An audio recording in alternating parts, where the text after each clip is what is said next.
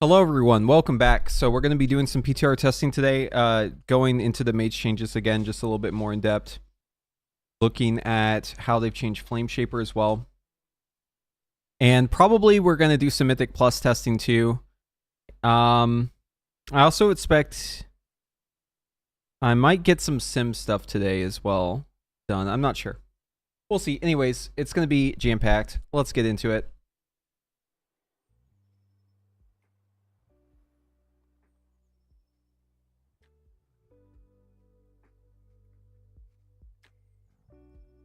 Okay. So we're going to start by recapping. Just for anyone who wasn't here the other day whenever these changes dropped. Let's recap what actually changed.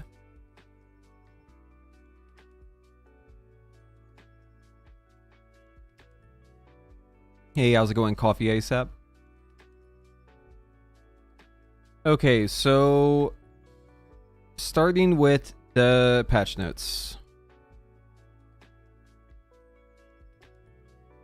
All right, so we covered this yesterday. I've had more time to play it since then and more time to get a feel for it and make assumptions based on that information. So the biggest one here is the Frostfire nerfs. They're down below, but we're going to go from the top to the bottom here. Okay, so to start things off, Arcane Barrage was buffed. It needed to be buffed. It's worse now because of the changes that they've made, and I don't think it really matters. This is not enough. Also, it's funny that they keep buffing Arcane Barrage when Resonance literally makes it do like 15% of the damage it should. If you just spec into that talent, it gets rid of like 85% of your barrage damage. And that bug's still in the game. So are they just going to keep buffing Arcane Barrage without fixing that? It'd be kind of funny if they did. I don't know about you guys, but my Arcane Barrage does like 20k damage, and it should be doing like 200k. So maybe buff it by 1000%. I don't know. Just a thought. Maybe 100 or 1000% buff. Yeah? Yeah, just keep buffing it. All right. Wintertide change, so yeah, they cut in half. And then here's the big stuff.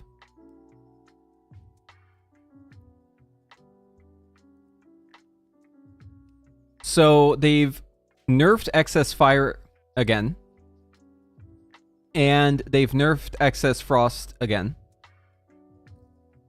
So they're essentially attacking the throughput of Frostfire. Trying to balance it, I guess. But yeah, so we have 5 seconds now off of Phoenix Flame, which that's huge because it's cut in half, right? So a lot of your Phoenix Flames come from excess fire, like a lot of them. And making it a 5-second reduction instead of 10, this is going to greatly reduce the amount of Phoenix Flames you get. More on that in just a second. They also made it so that the damage on excess frost is lower, so it's less effective. They also made it so that the Comet Storm cooldown is less. It's 3 seconds now, so it was 10, and then it was 5, and then it was 10, and then it was 5, and then it was 10, and then it was 5, and now it's 3. Consuming excess fire causes your next Phoenix Flame to cast Ice Nova at 150% effectiveness, so it's nerfed. And yeah, they nerfed this for Meteor as well. So Meteor, Comet Storm, both of them are nerfed.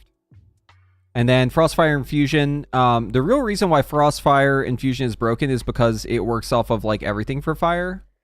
But they were nerfing the damage on it by like a little over 10%. It's like a 12% nerf, roughly. Okay, so here's why this is stupid.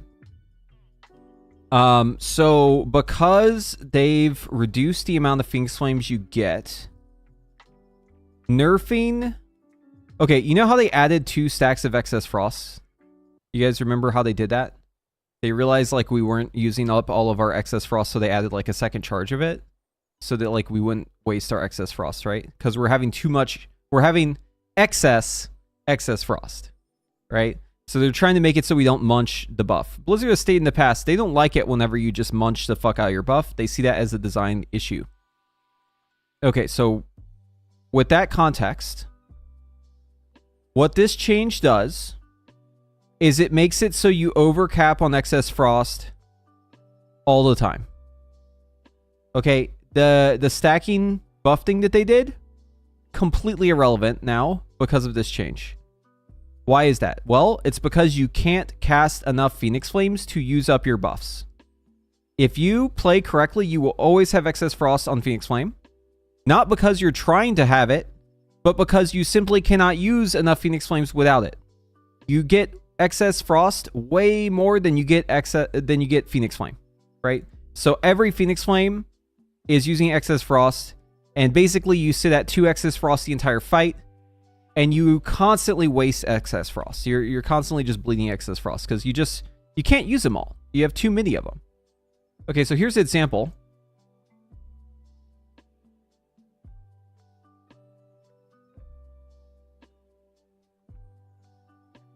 And let's look at the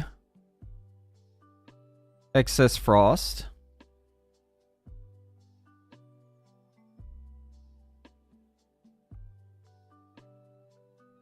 So the overflow on here says 10, like 9.8, right? Realistically, though, it's going to be anywhere from, it's like 15 to 20 that you're going to waste. But as you can see, you're wasting a fuckload of them, right? The amount that you get over the course of the fight, it's impossible for you to use this amount of excess frost. You get too many. The amount of Phoenix Flame cast you do is too small. Right? We're casting Phoenix Flame. It's on average 82 times per iteration. Which is an interval of about once every 3.6 seconds. You just can't keep up with it. There's too many. You're getting too many excess frost buffs, and you can't spend the Phoenix Flames because you just don't have them. So, like, the question I have is, like, what was the intended result of this change? Like, I get that they're wanting to cut back on the amount of Phoenix Flames you get, but what was the intended result of making it so you could hold 2 excess frost? When you're just going to make it so we overcap anyways. Like, I don't get it. It doesn't make sense to me. Why even make it a buff if it's just up 100% of the time and we can't use the spells? Why not just make it like on all of them, just automatic? Because that's effectively what it is. We're just wasting a fuckload of the buff. There's like a machine here. You can imagine it like an engine, right? And the gears are all spinning and they're all connecting. And like they just randomly took one of the gears and made it bigger. But they didn't adjust the other gears.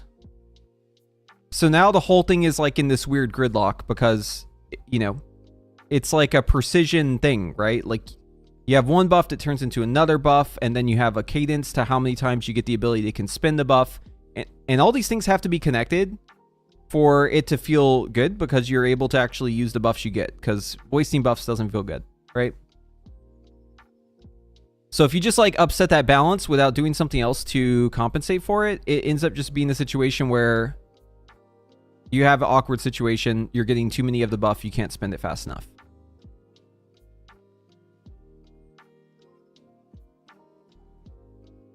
And it undermines the changes that were made before.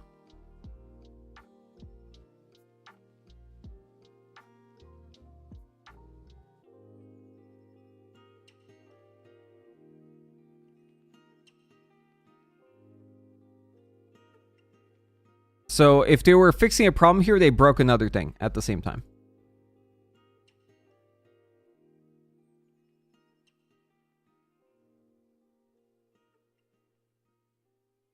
What's up, EDM? Oh, yeah, you linked it in Discord, right?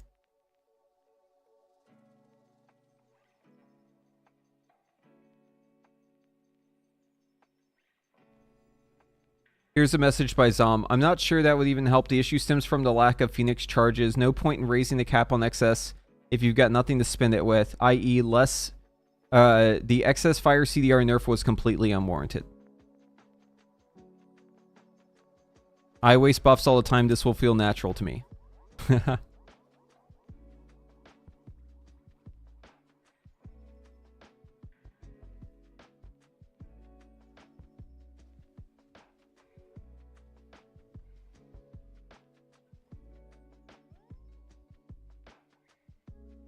I think I have an Xia, yeah. I'm not much of a mount collector, though. I used to collect mounts once upon a time.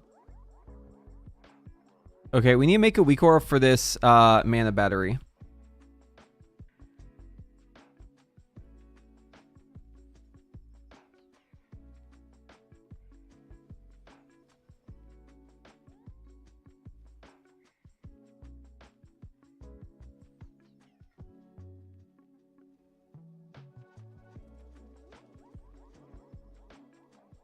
Let's see if someone else made one first.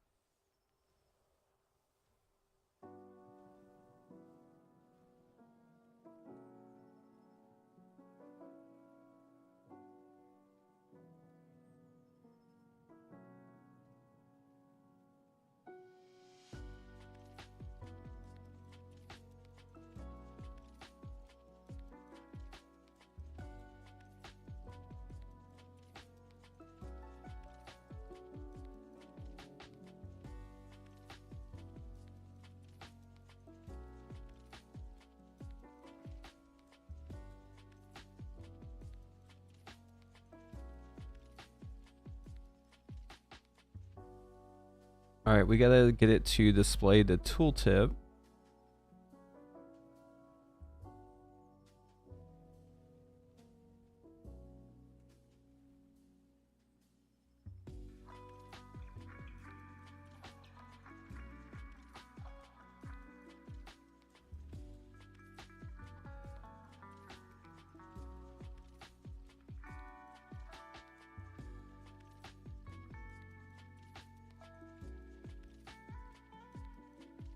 Okay, it is working. We have an icon now.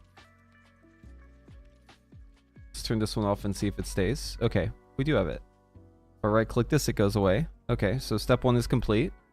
We have an icon now. Now we need it to track the value.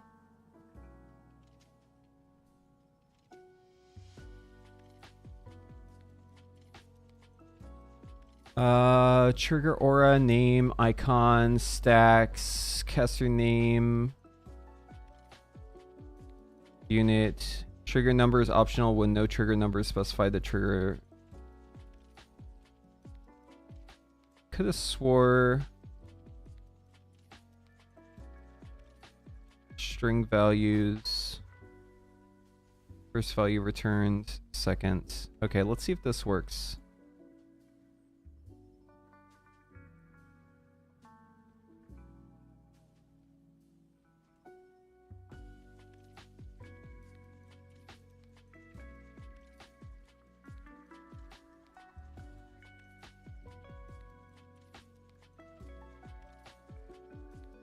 You want to mage main fire mage in season 2, but it's too restrictive on charges. It's not fun for me. Yeah, they've made it definitely less enjoyable to some. Dude, okay, hold on. There's a way to fucking do this. Wait, hold on. I've done this before. It's on my Scarlet adaptation weak aura. I need to reference that.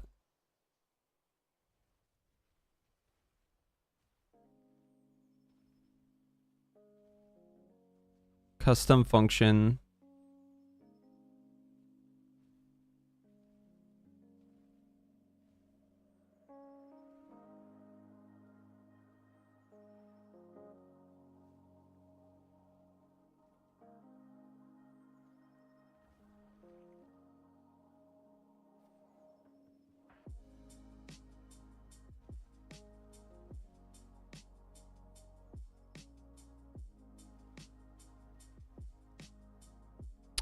How do you do this?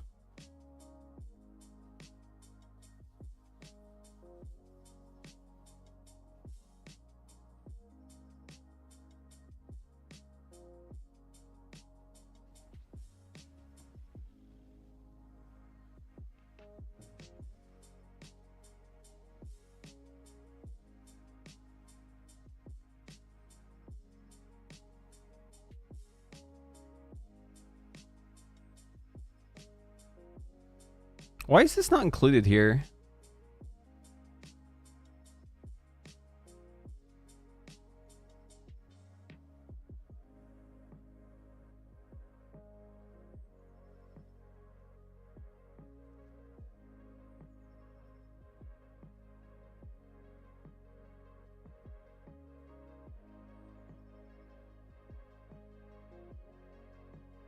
Oh, maybe I have to give it a format.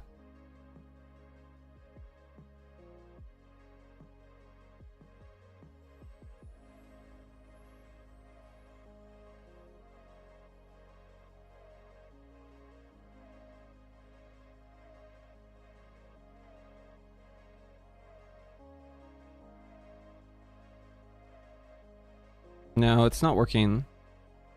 I could have swore it was something like this. Tooltip 1.tooltip1. Does anyone in chat know how to do this? Could have swore it was like this. I might just do it as like a custom one.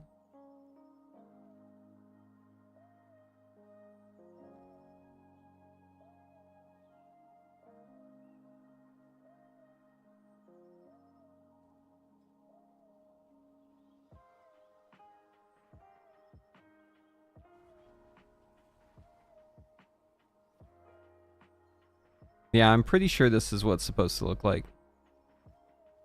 It's just not working for some reason.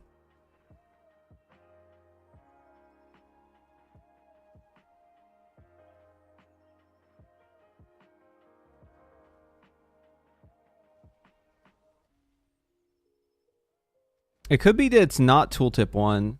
Maybe it's tooltip 2. No, it should be tooltip 1.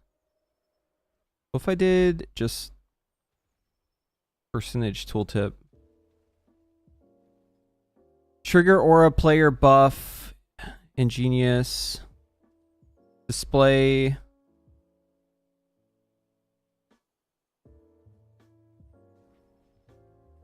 Am I just overthinking it? Is it just could be stacks? No, it's not stacks. Okay, so one is saying it's trigger 1. It's ID. No, ID would be the spell ID, right? So here's the icon.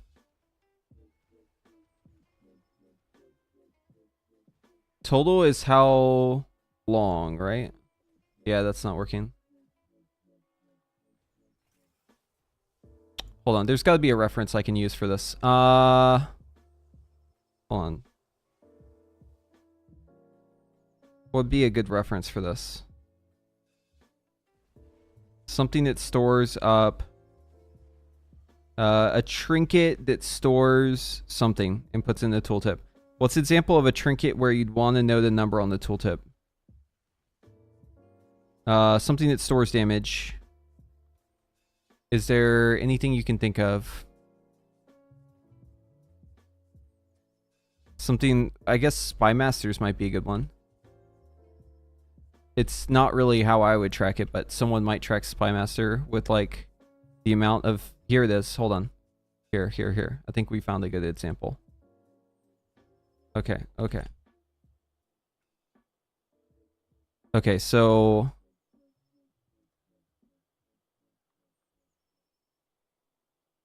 oh, this is doing it manually. What the fuck?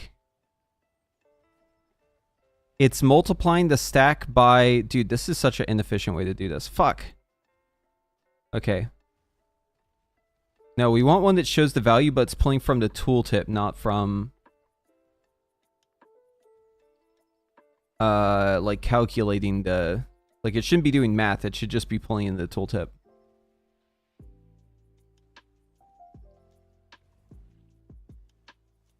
Maybe this one's a better example.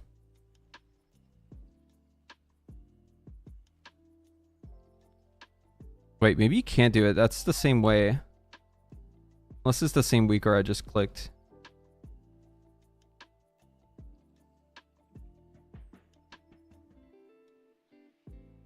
Approximate value.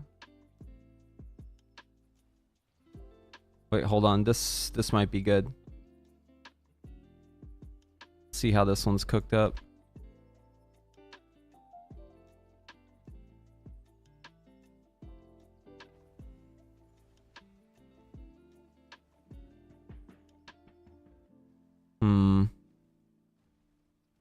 That doesn't seem right. Oh wait, I can just do a show text on it. Wait, am I just going about this the wrong way? I think I can... Okay, hold on. Convert to icon. Add text. Text 1.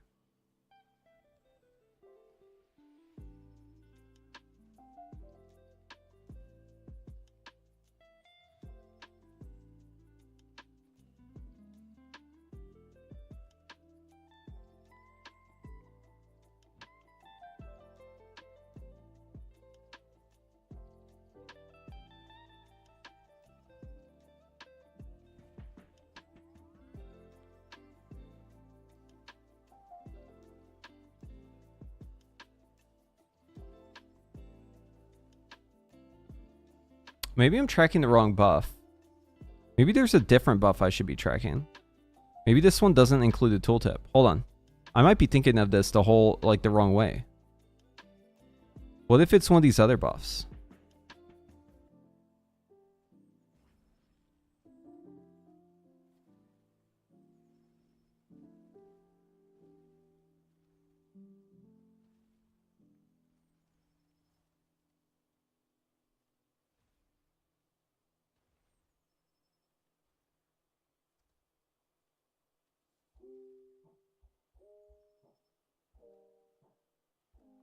Nine, 8, 9.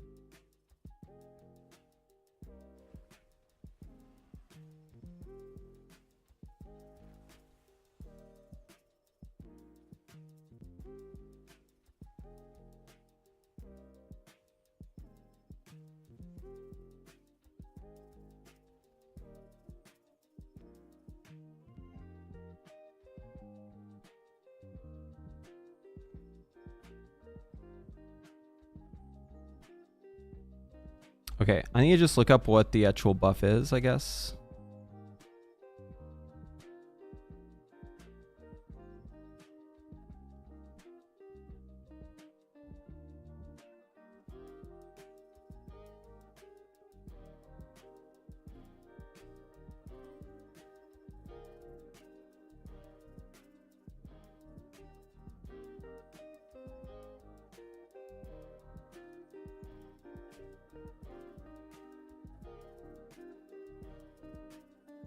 Okay, it thinks it's this buff. Hold on, let's just get rid of these other ones. And then display 1.tooltip1. No, I don't think it's even loading with this condition here.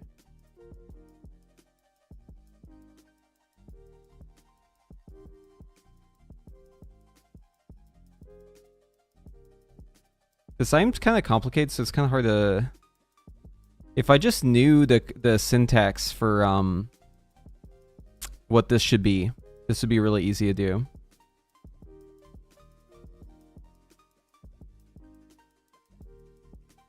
Hold on, I'm just gonna do it as a function. I should have just done it this way from the start.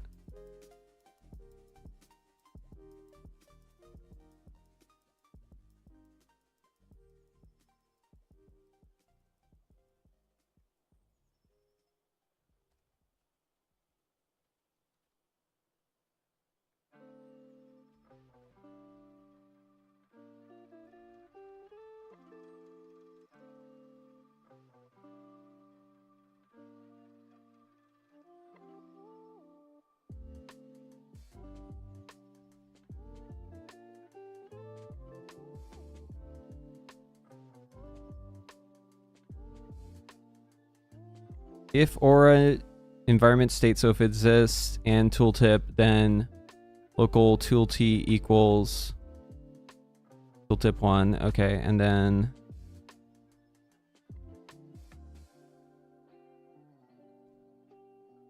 set that to custom.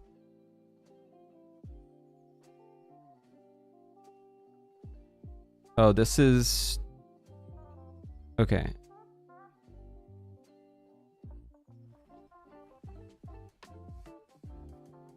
Okay, I think I have the wrong trigger now, so let's go back. That's a 0. Okay, hold on. Clicking this off. Using it again. So it might not be tooltip 1 then if it's showing 0 here. Maybe it's a different tooltip.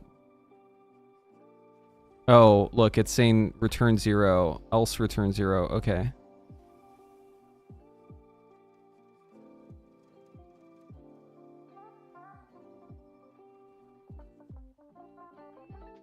ID tips, the add-on tells you to... Yeah, that's a good point. Might have that turned on.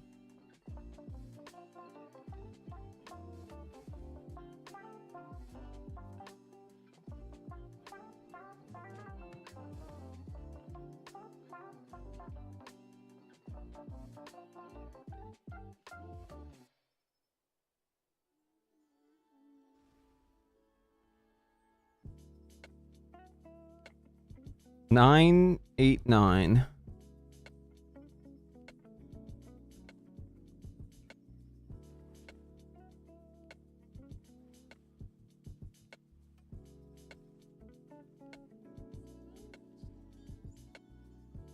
Okay, so the buff shows up.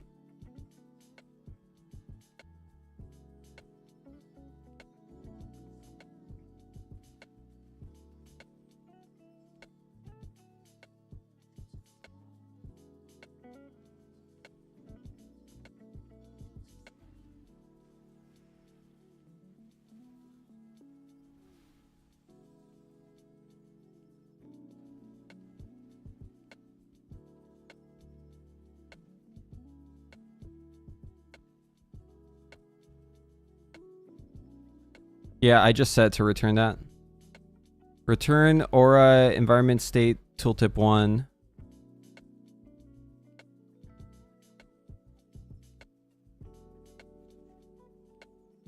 I'm not getting anything.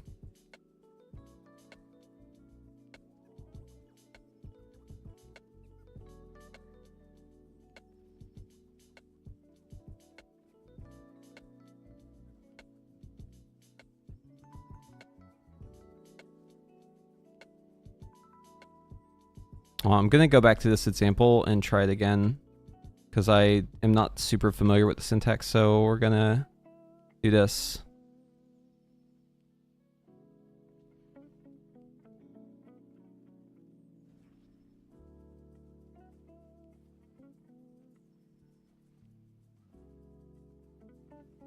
We're going to declare toolT here.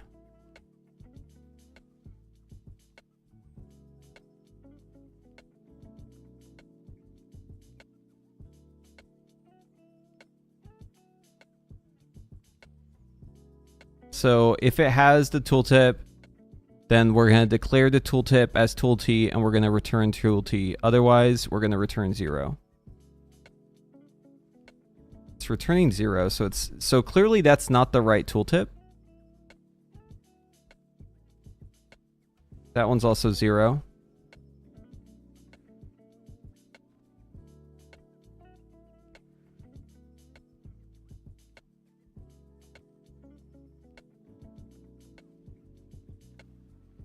Maybe this format's wrong. Hold on.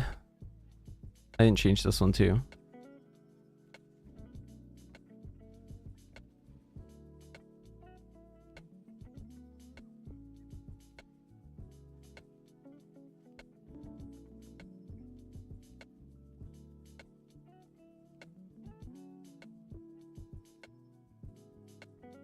I don't think this is the issue.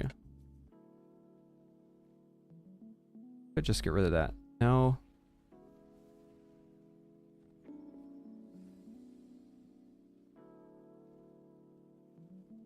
Which say to remove arcane or proc mechanics. Any ideas on this? Like I'm having it declare a variable here. Tool T is declared from the tooltip, right? In theory. It's trying to return this. Maybe aura environment state. So this is saying if I have the aura, right? And we have tooltip, then we declare the tooltip or a tool T as the tooltip, and then we return tool T. Otherwise, we return 0. I added that just as like I'm just trying to debug it a little bit because I don't really understand the syntax here. So why am I getting 0? Is it a syntax issue? Is the tooltip not what I think it is? Is the trigger not updating properly? Is there something else I can't think of that's happening? What is going here?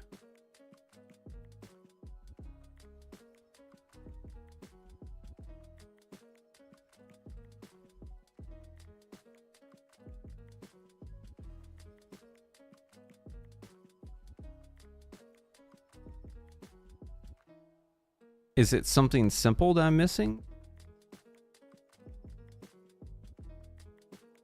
Aura player buff. This is the buff from the ID. Fetch tooltip information. Wait, is that really the... Oh my god.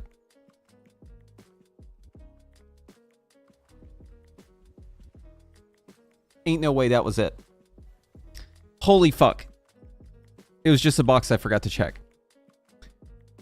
Okay, I was doing it right. I just... Dude, I wonder if it would just work now that I did that. Hold on. Let's get rid of this fucking bulky ass custom one, and let's just do tooltip 1. Oh, I'm not sure if that'll work. Yeah. Okay, this is working now. So now I need to figure out how this number translates into 15% versatility.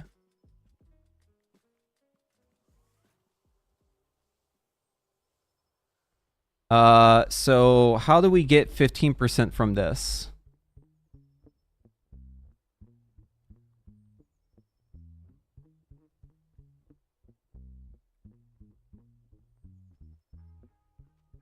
Okay, let's make it do a little math. I just received Wings of Shattered Sorrow, max I'm level in Raid, but I can see I can convert it to the Wings of Violent Rebirth, which has 470 more haste. I'm Fire Mage, I can't decide whether to choose the Avoidance when you take a big hit. That item is a DPS loss for you in its current state. Cut. So if you want damage, then convert it. And if you want survivability, then don't. But that cloak is kind of dog shit for you unless you convert it.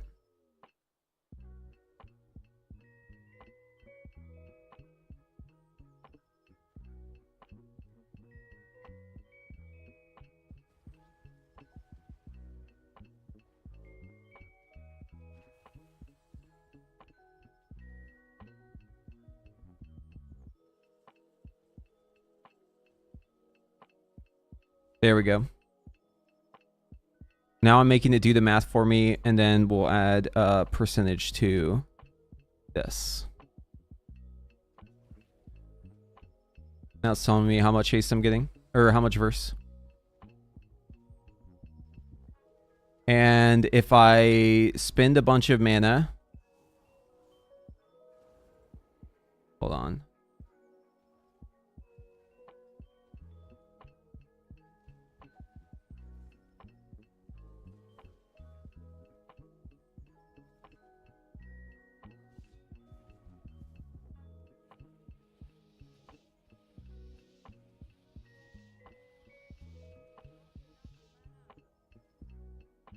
Now it's going down. See that?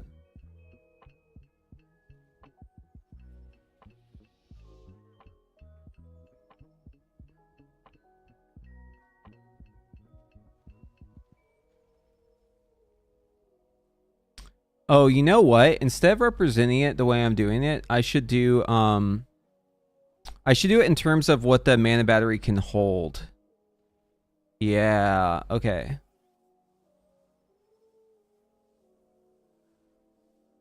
So instead of 15%, it should be at 100% whenever it's filled up.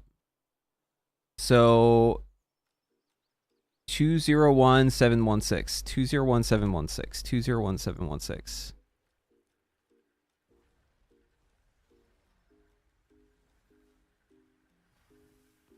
And then we have to shift it over.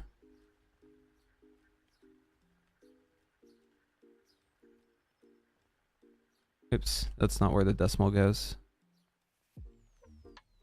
Right there. Okay, now it says 100%.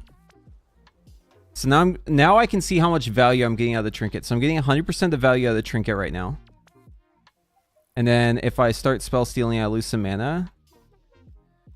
It's going to go down. 75% value. See, now I'm only getting 75% of the value of the trinket. So I know I need to use it again to get 100% again.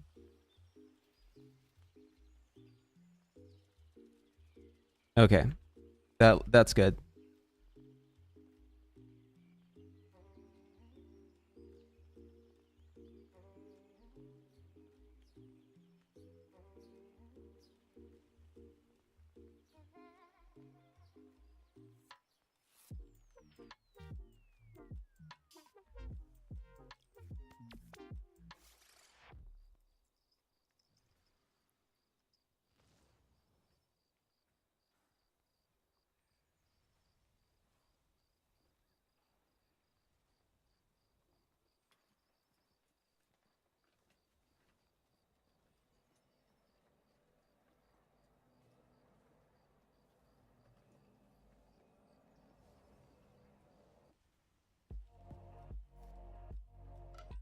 So it's green because it's good here, and if I spend some mana now, it'll stop being green.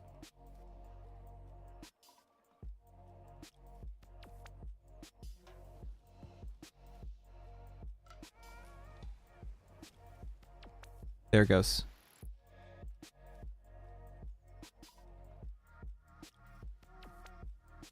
Okay.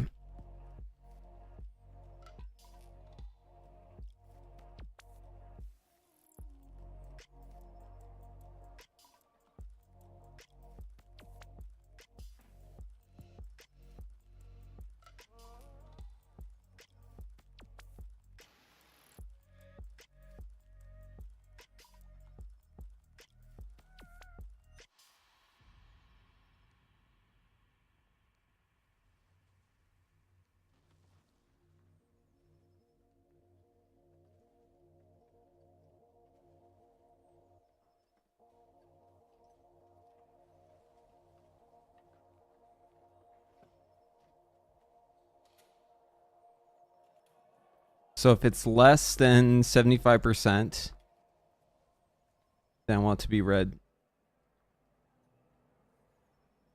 And that tells me I need to use the trinket.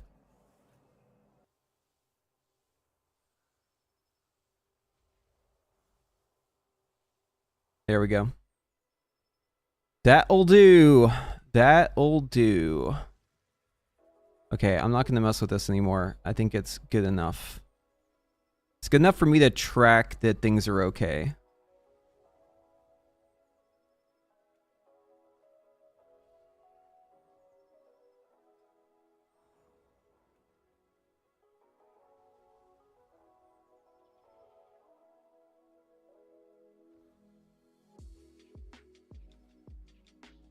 I'm a dwarf.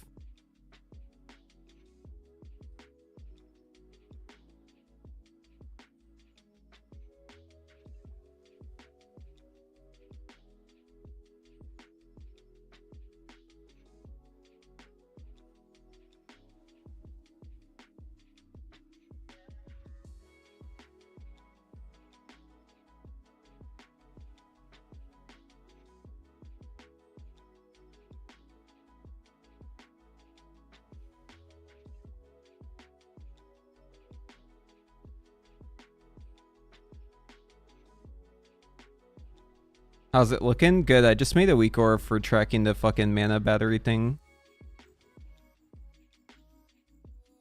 I think I should actually inverse it. So I actually don't want to see it if it's good. I only want to see it if I need to use it.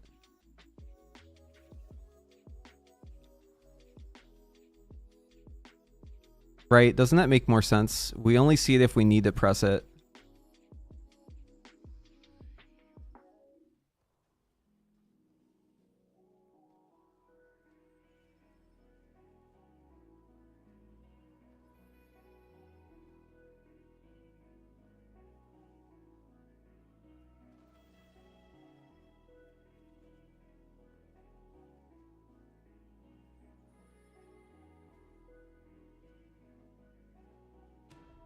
Make it fade out. But if I need to press it, then I want to add the glow to it. I want to glow it, and then I want to make it so it's more visible. So now I can't see it because it's fine. I don't need to worry about it, right? But if I click it off... Wait, then it disappears. That's no good. Okay, we got to make it so we also see it if it's gone.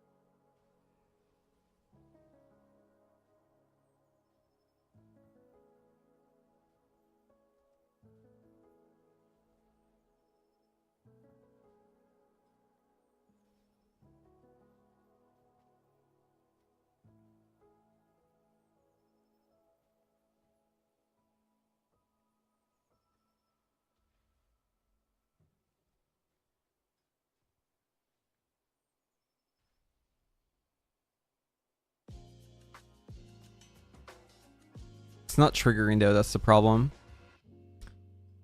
Okay, load if I have the item equipped. We need to add a second trigger. Trigger 2 is going to be if the buff is active.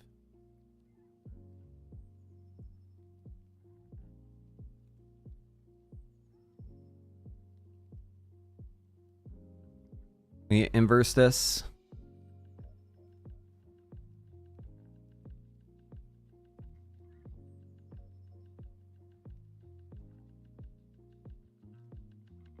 Trigger 2, show on aura missing. Conditions, if trigger 2 active, true, then text. Wait, why is it not showing it, man? Maybe it needs to be up. No. Okay, if aura player buff, mana battery, show on aura missing. What if I set to always? No, it's not working that way either. Required for activation, any trigger. Okay, it's saying mana now. And if I press it, it should go away.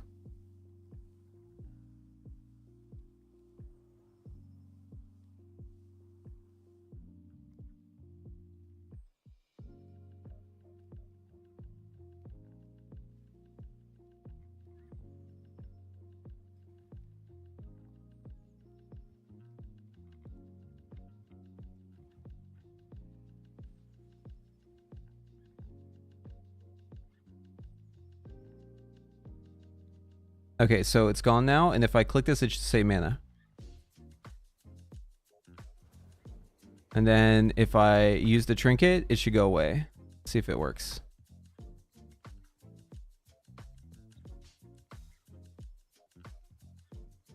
Trinket's on cooldown. 6 seconds.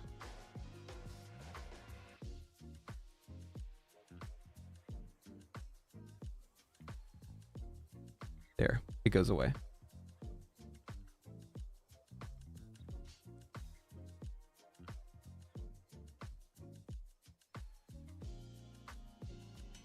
We need to add a third trigger to this, which is the cooldown of the item.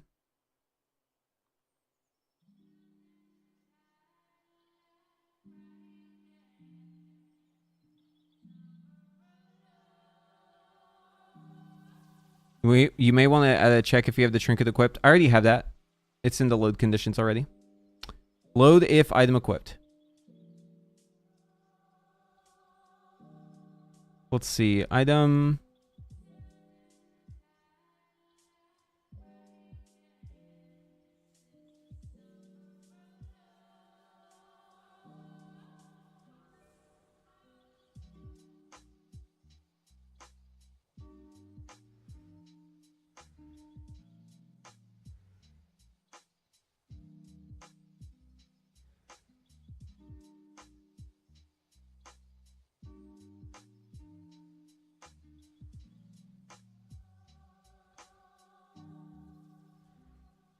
So if it's not on cooldown, and if aura found false, then text visibility.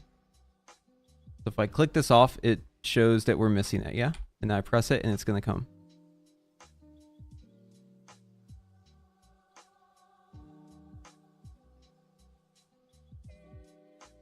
But now if I click it, oh, it's on cooldown, but it's not showing it.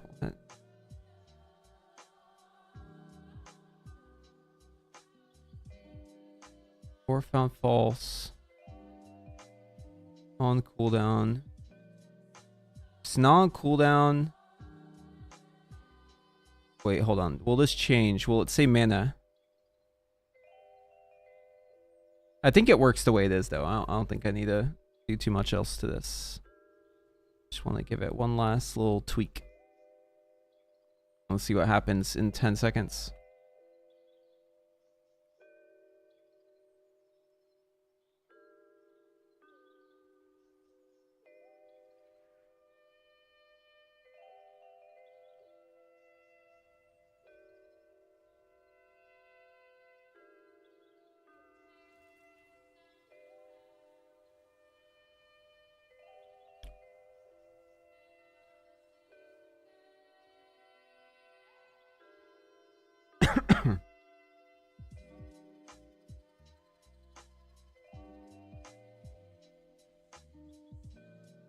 If on cooldown true,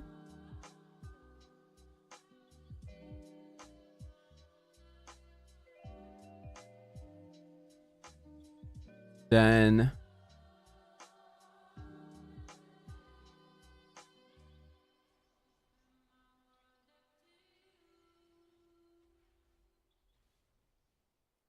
text 2 visibility on, text 2 text 2 should be the cooldown.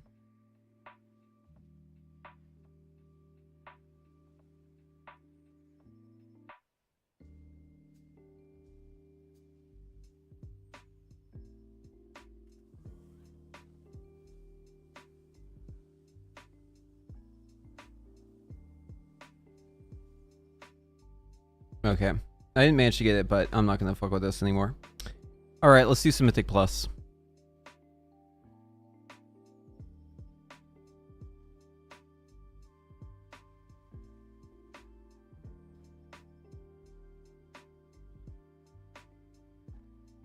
Making Wikors is somehow my favorite part of WoW. It's like playing Legos, but in code. Yeah. I wouldn't say it's my favorite part, but there's something satisfying about it.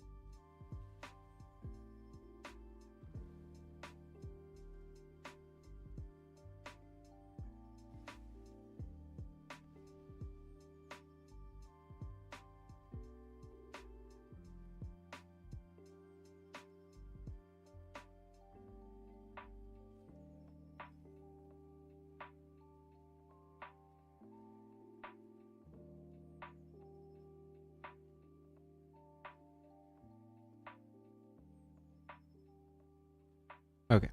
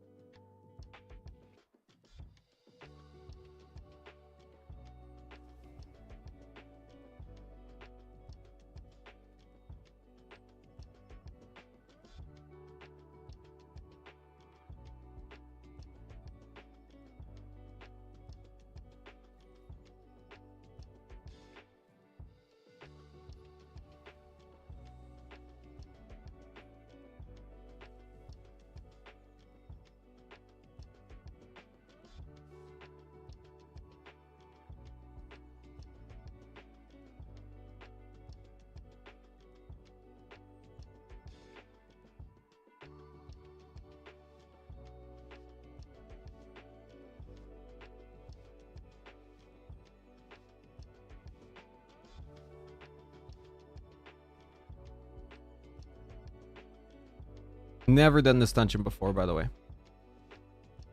No idea what we're doing here.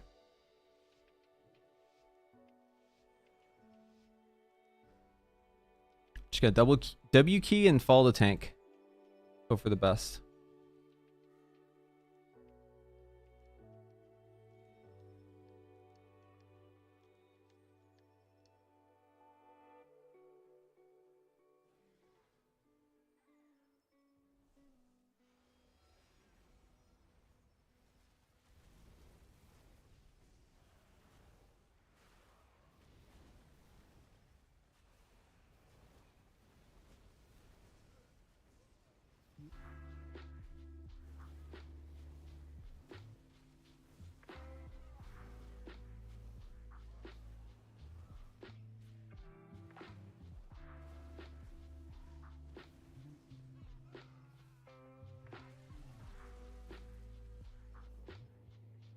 Alright, so there's saw blades that hurt.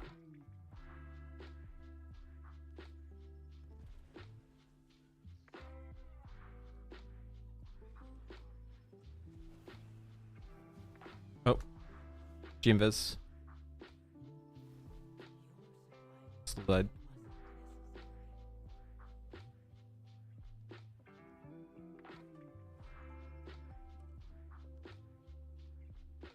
Got away on the pat now.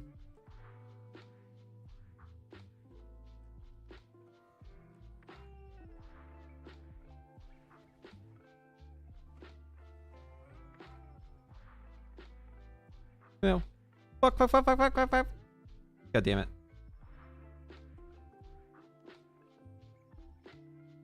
Alright, I didn't get anyone else killed. I didn't realize they turned right there. Maybe I can beat this pack this time. Alright, so yeah, you have to go up here, and then you have to drop down from this corner. Okay.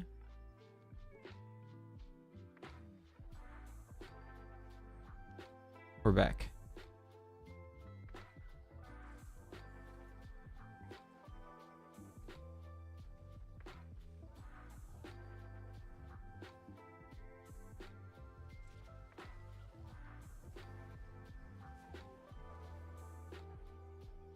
The fuck is that, dude?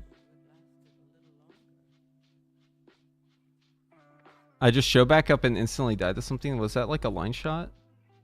Snipe. So snipe just does 6 million damage. Okay.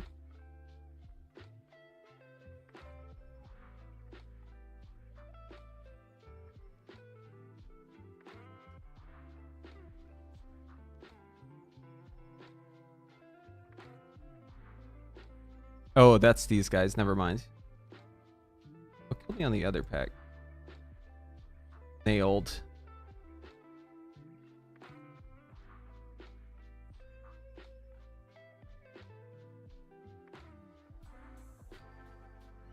It's a nasty dungeon.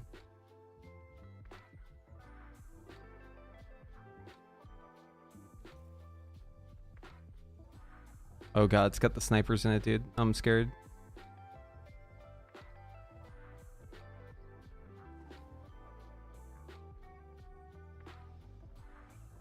Waiting on these sniper guys is kind of lame.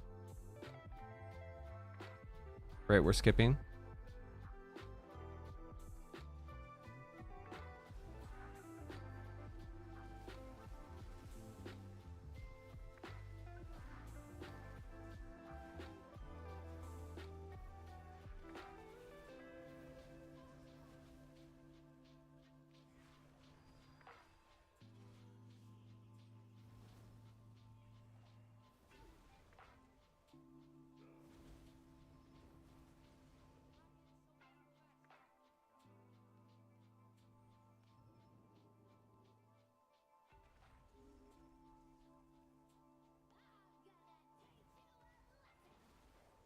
It's a boss, okay.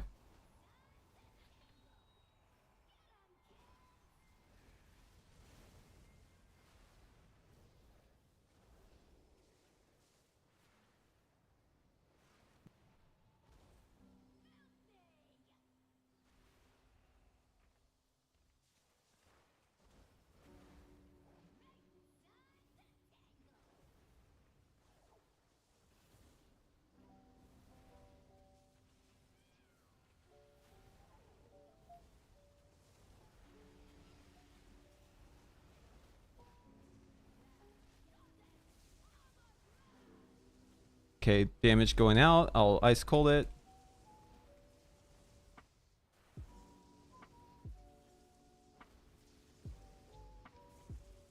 Jesus, dude. That fucking hurts for so long. Alright, new ads.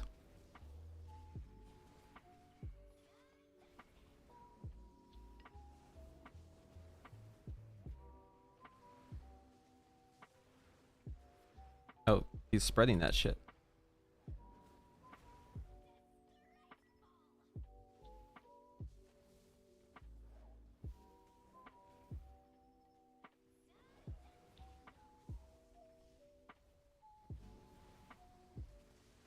Oh.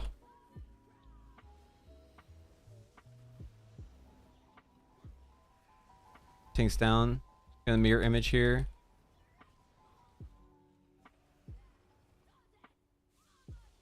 And then he's got more damage. Jesus Christ, dude.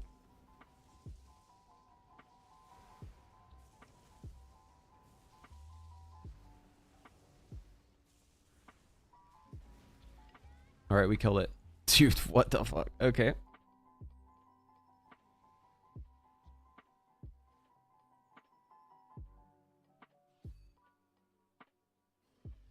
Oh, we're going back for that? Alright.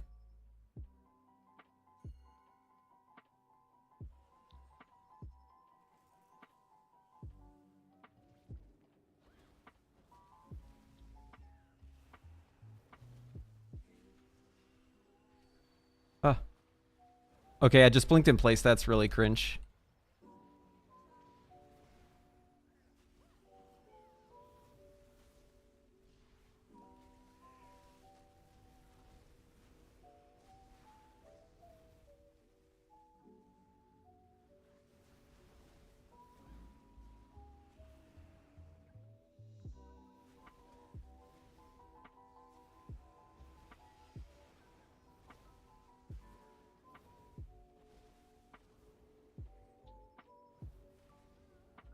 Dude, why are default nameplates so bad?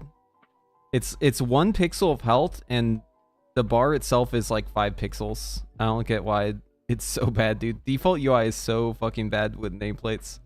Like, look, if I target this guy, I like 1 pixel is the health bar, but look how thick the white bar is.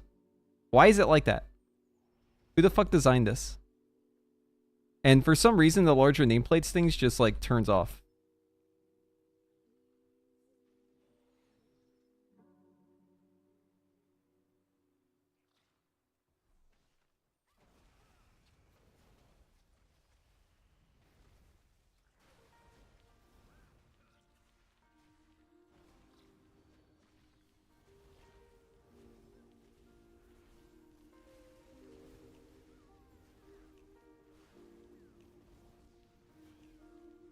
Yes, the classic fucking 9 million ground effects with a thing that pulls you in. Very cool.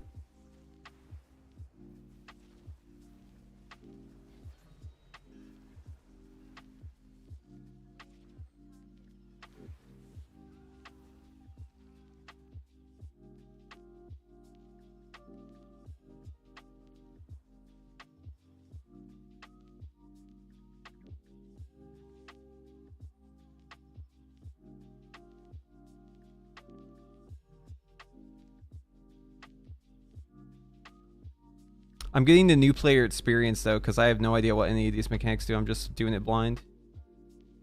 All right, we're gonna wait.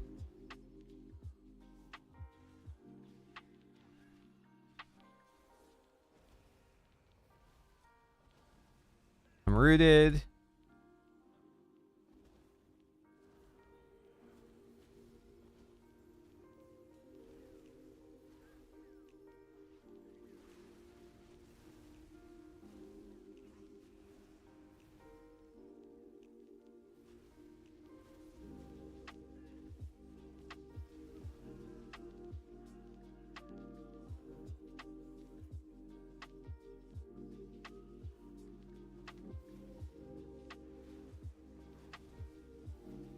Dude, this root hurts so bad. Oh my god.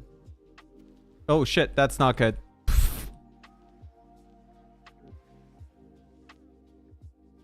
I just typed to them.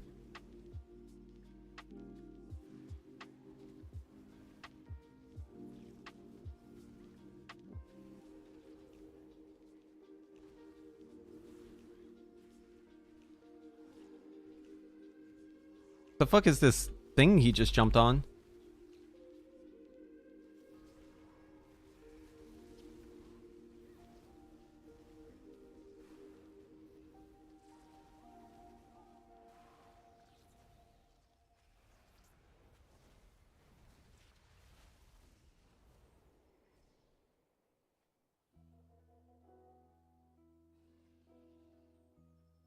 Alright, note to self, do not blast wave.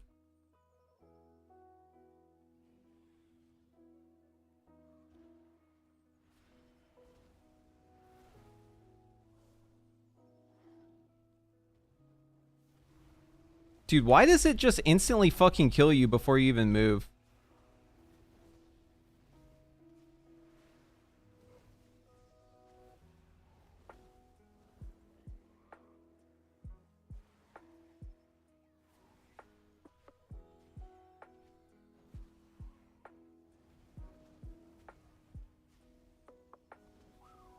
Oh no. These mechanics, dude, are fucking crazy, man. I pulled this guy with... I didn't realize there's a pet right here. But this like saw blade thing just instantly starts fucking you. As soon as you... Like, as soon as it spawns, it doesn't matter.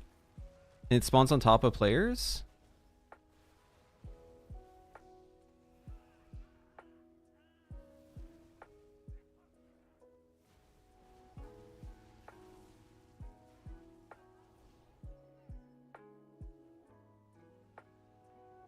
Okay, boss. We'll lust this, I guess.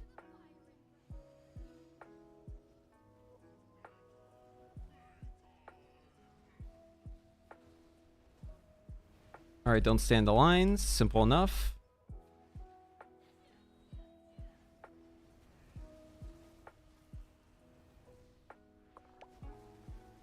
explosions and bombs. Okay, moving away from the bombs. G-invising this. I don't know what this does.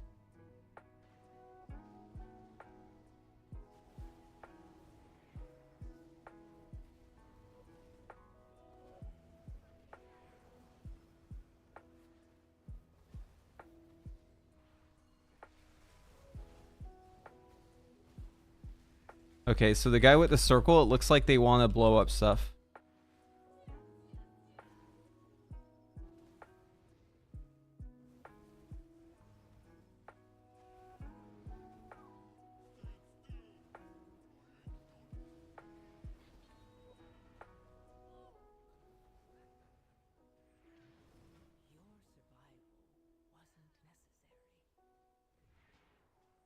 Oh, his charge also gets rid of the bombs. I see.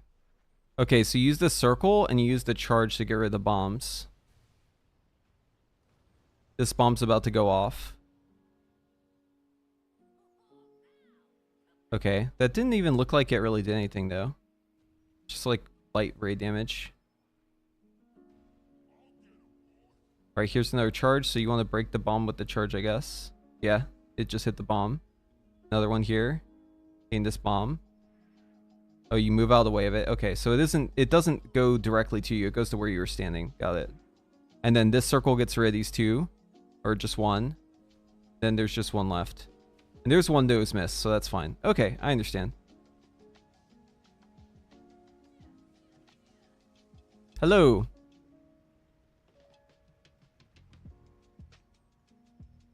A lot of bomb... Dude, wait. That's super RNG, though, because the bombs can just, like, spawn on top of each other.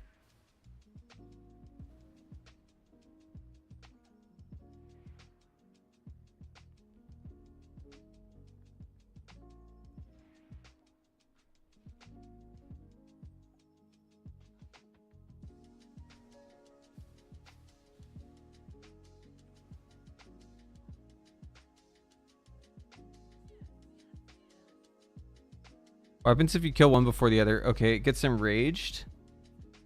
So it's 20% more damage. So are tanks unkillable again? Oh, it's going up. Oh, he just stays enraged the whole time. Okay, so you can kill him, but you have to like kill the other guy quick. Because it's a stacking buff. Let's see, it's at 120. Now it's at 140. These bombs are about to go off. 160. 180. Boom, it's dead. Okay. Understand the fight now. I think. Seems pretty intuitive.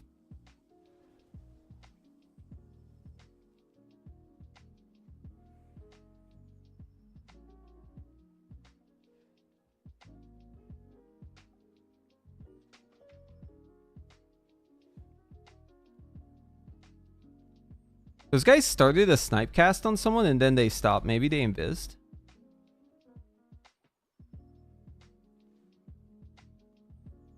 Or like finished. Maybe he shadow melded.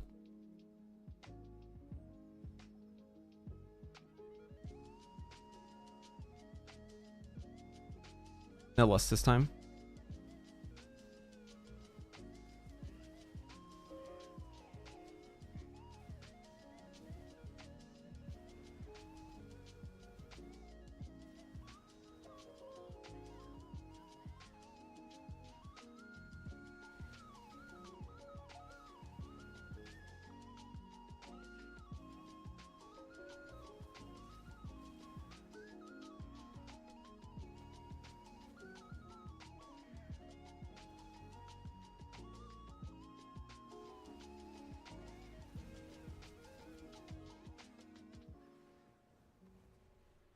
Okay, I'm just getting like hit really hard and I don't know why. We're resetting. Fully lagged out. Okay. Yeah, the healer died. That's why. What is doing all that damage? Quick shot. Oh, it's just unavoidable damage. Okay, got it.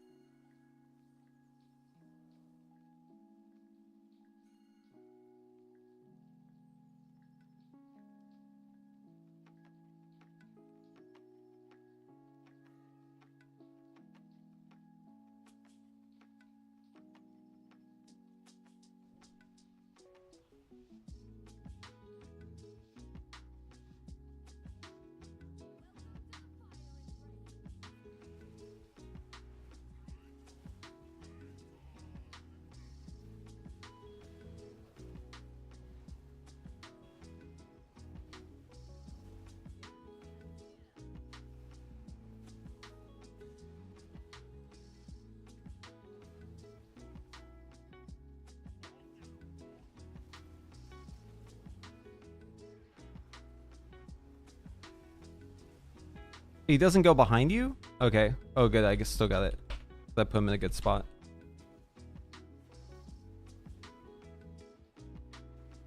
All right, we cleared those pretty well. Oh, someone's dead.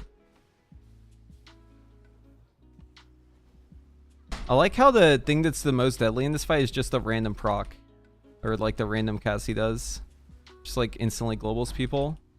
Very cool.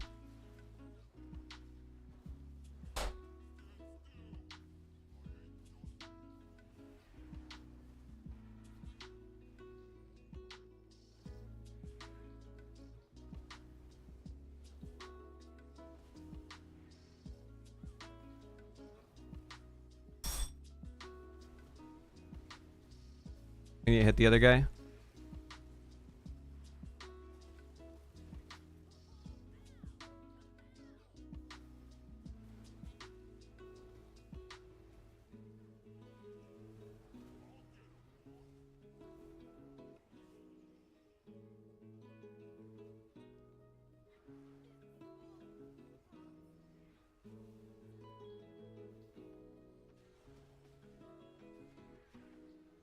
Wait, did he heal?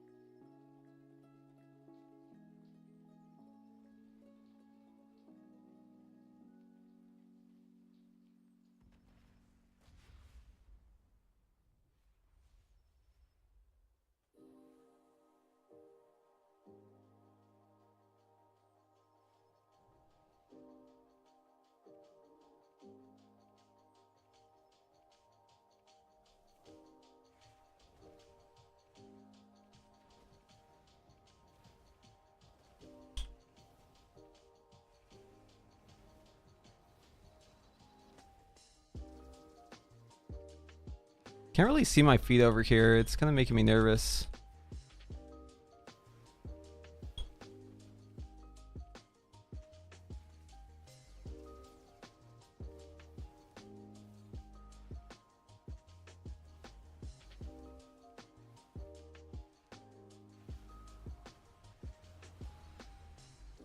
I'd like no cooldowns for that. My combustion came up super late.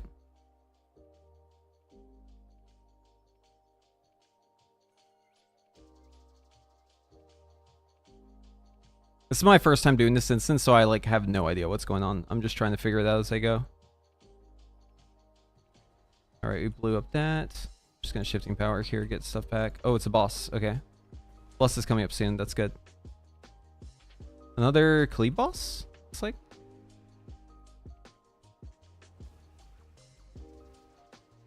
Sledge claws.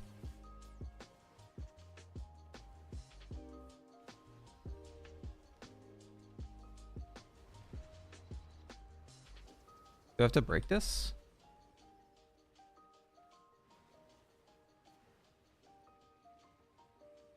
No. You actually want to stay close to the other person?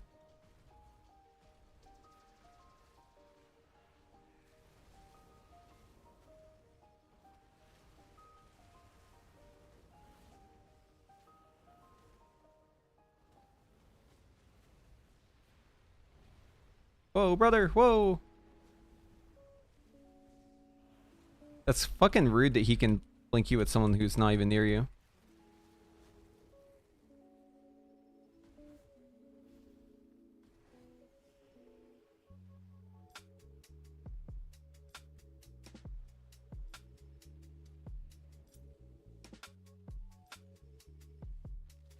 Oh my god.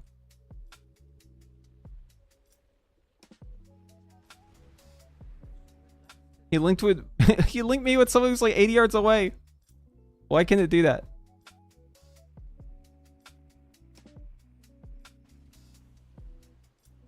Awaken the swamp.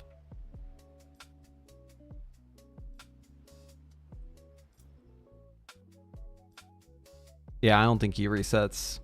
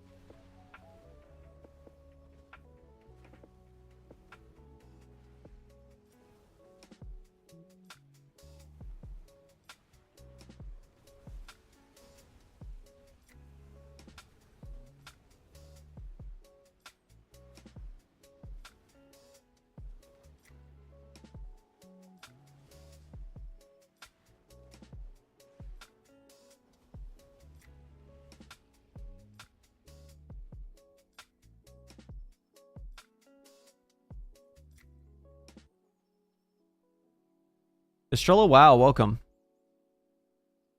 Yeah, the trinket's this one.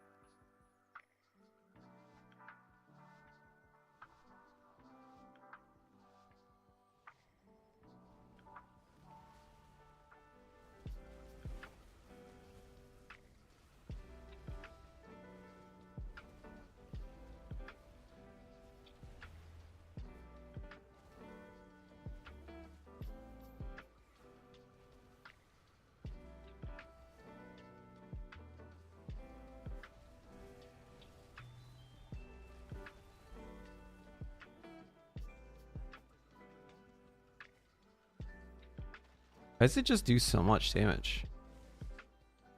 Waken the swamp and razor choke vines. Was there even something unavoidable there?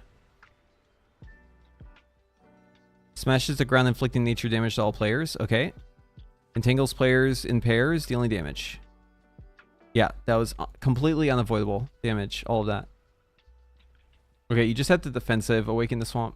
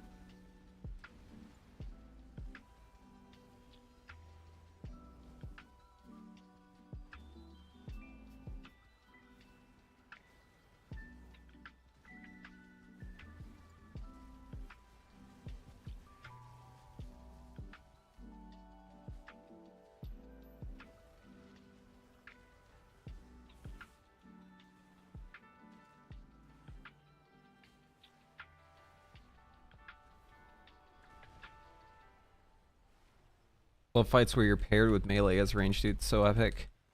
God, it's so epic.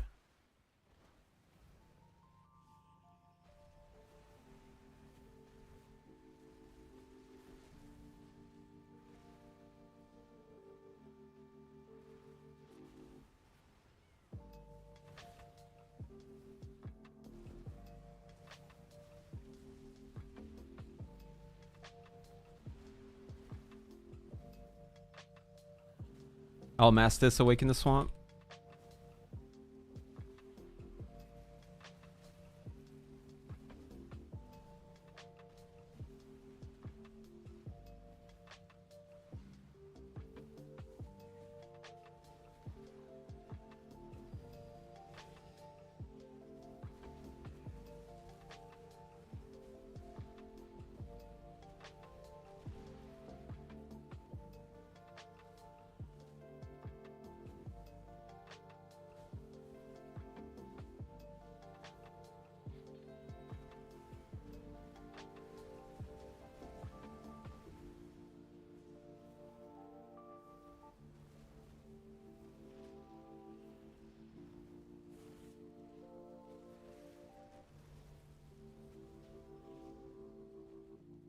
Okay, that boss isn't so bad.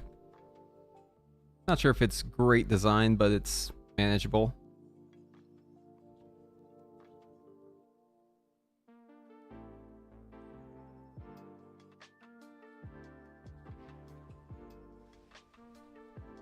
Big fish.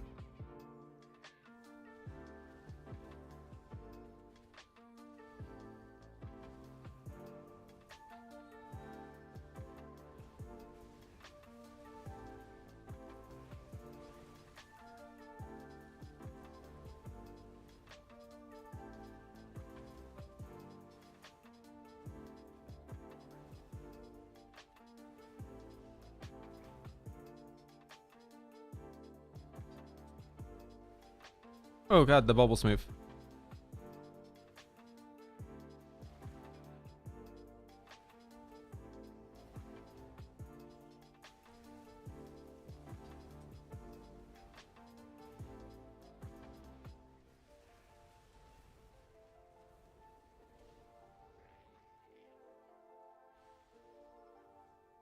Jesus, that guy felt like a boss, dude.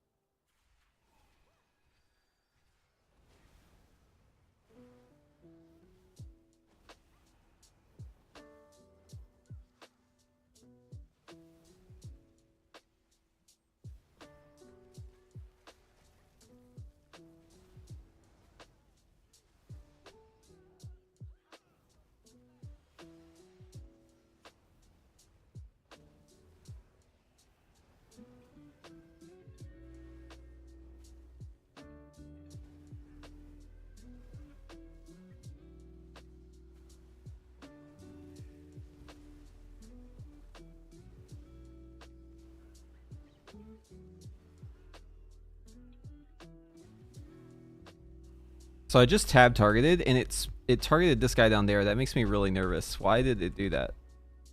Why would my tab target a random mob that's like not even on the same fucking Z axis?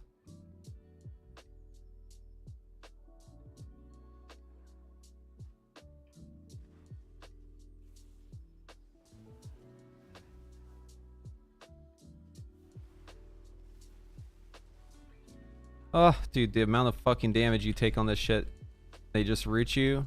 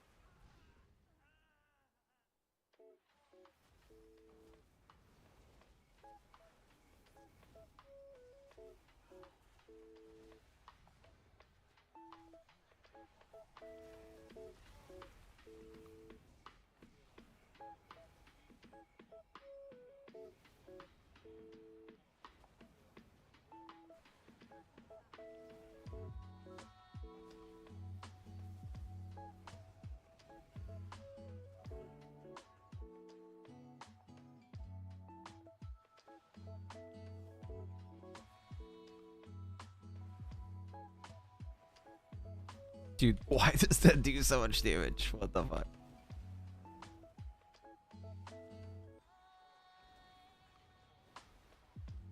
Yeah, these guys are nasty, dude.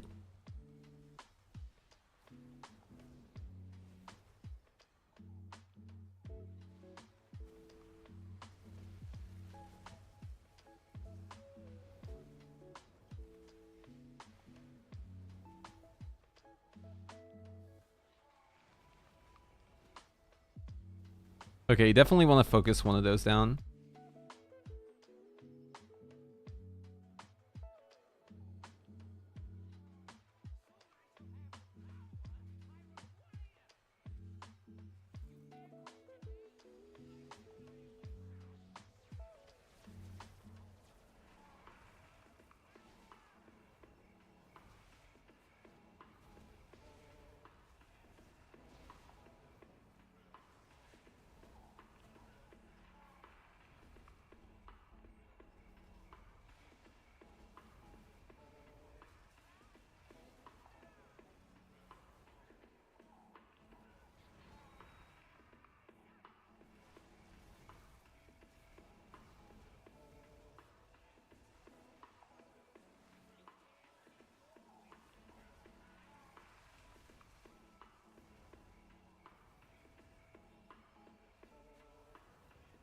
Oh god. It approaches you.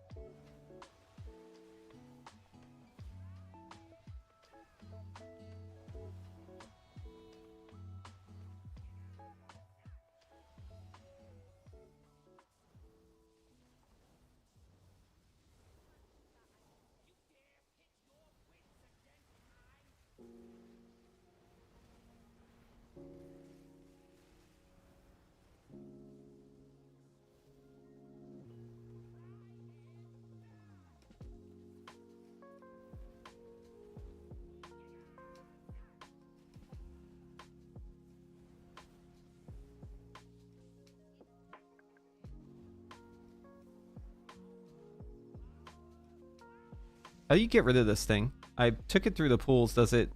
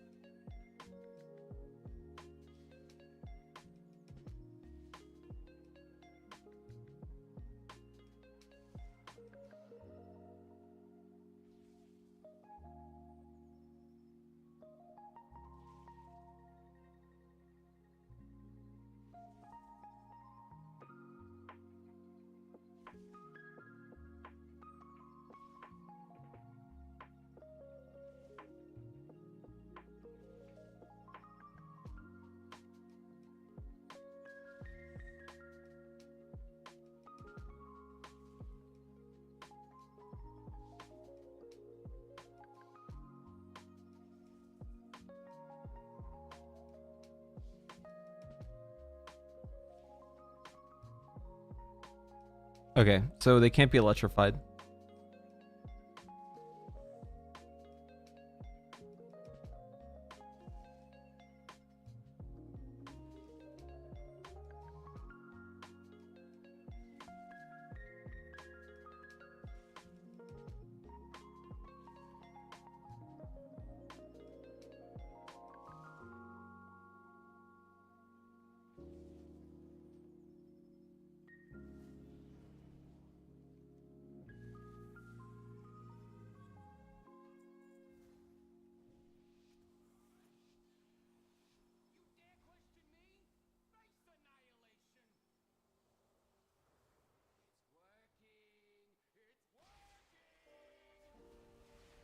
My less is on CD.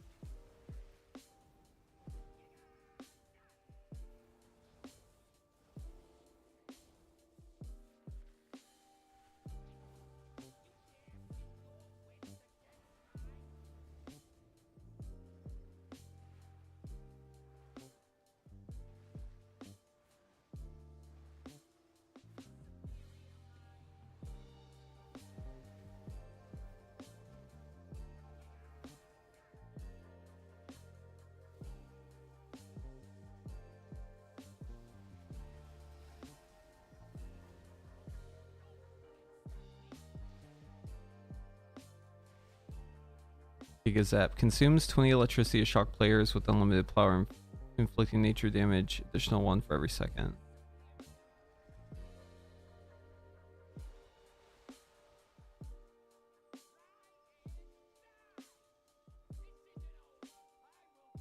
Okay. I think the other one is just damage you have to take.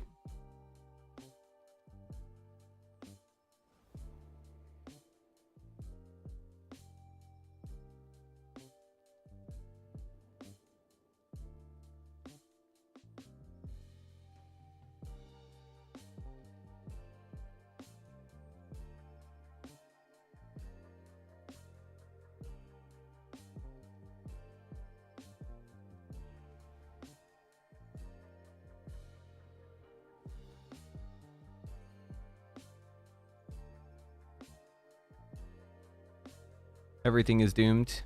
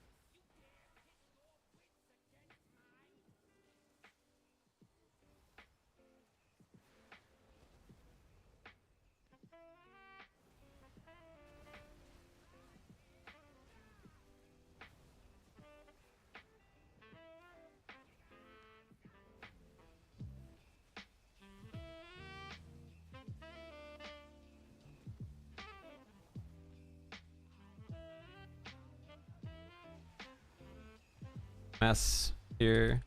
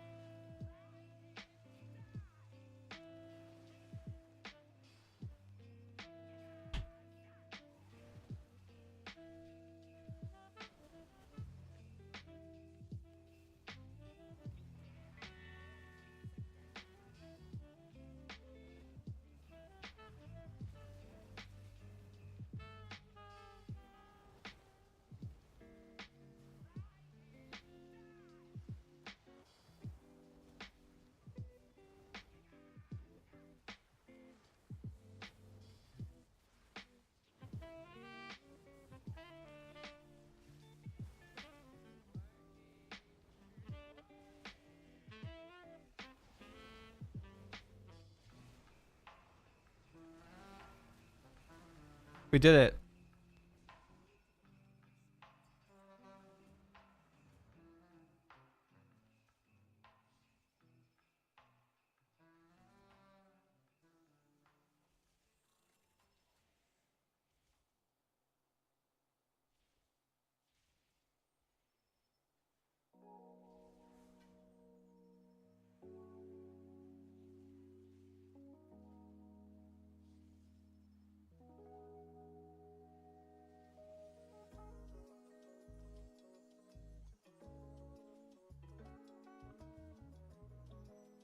Yeah, I'm not sure if I like this one.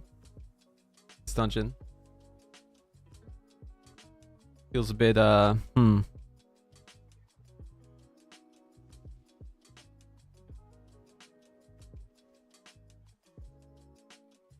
It has like all of the things I hate about Mythic Plus. I don't think it's that bad of a key though. It seems like okay. Shaman seems balanced. As always.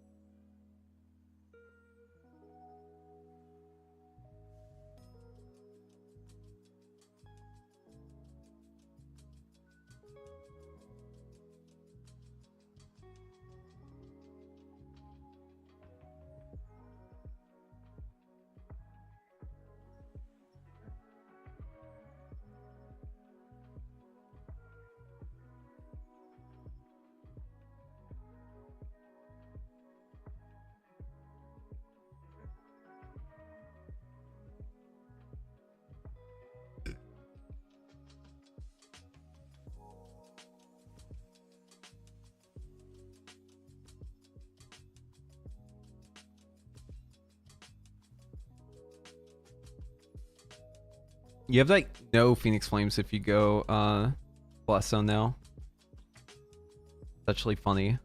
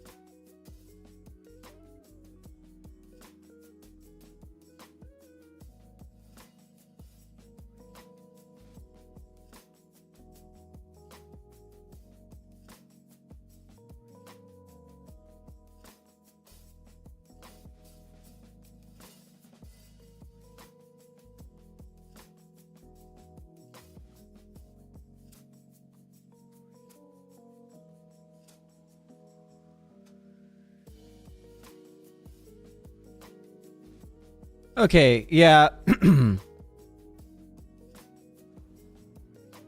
These changes ain't it, guys. I'm sorry to say. It feels really bad. Like, fire actually feels pretty decent in raid, but goddamn, dude, you got like no Phoenix Flames. No fucking Phoenix Flames. Never thought I would want to press a button more. But it seems like the whole thing kind of like hinges on you having Phoenix Flames. And if you don't have them, the rotation just feels super awkward. And you don't have them. Like, you just have none of them.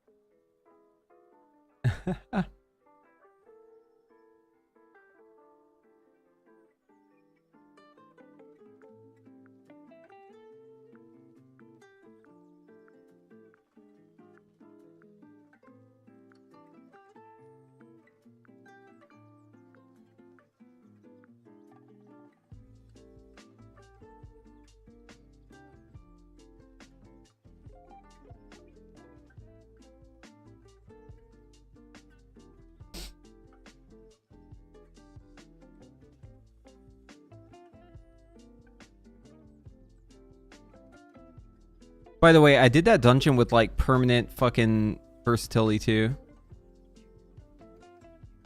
Wait, did they fix this trinket?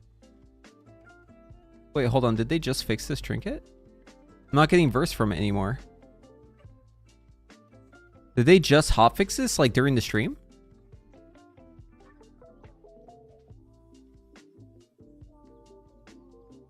Guys, I think they might have just fixed the trinket like live.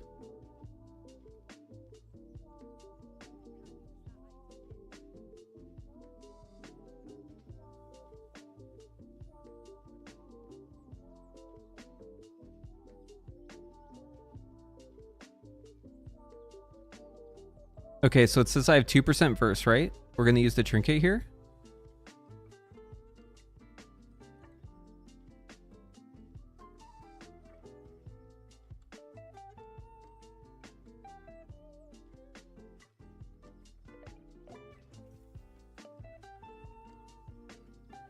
Dude, is Blizzard watching? The trinket doesn't work anymore. They fixed it. Blizzard's watching, dude. Oh man, I spent all that time making that weak ore and now it's useless. Yeah, they just fixed the trinket. Well, that was fun while it lasted.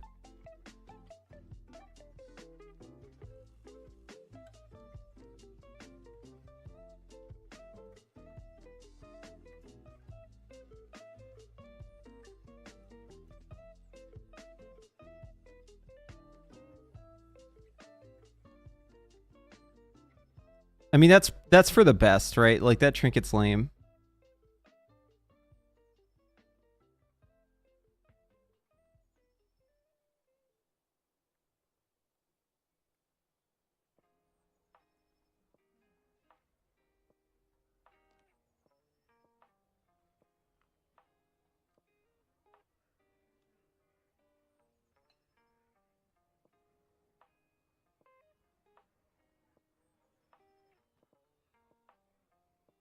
I wonder if it was fixed like mid-dungeon.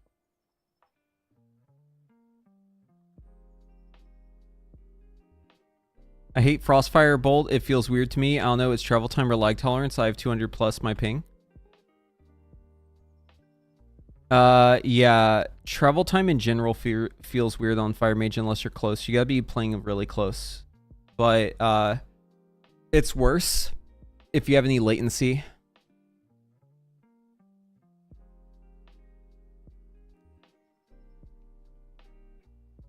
$200 might be low if you have highest ping because you have problems. Setting it to 100, 150 plus your average ping is where I found it's best. Yeah, Zinc, I agree with you. I'm a believer in just keeping it at the default, which is 400. Unless you're used to it being lower. So like in Nighthold, I started playing Frost with it at like 200, 250. And wait, you get it? Wait, I don't get it though.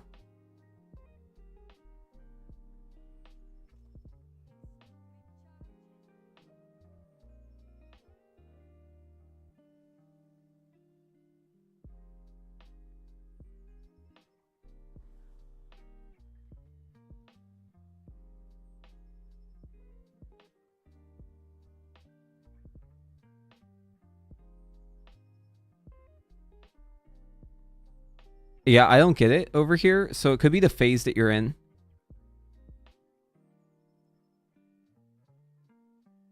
No. What's probably happened is they're probably in the process of fixing it and they're rolling out the fix and it's going server by server.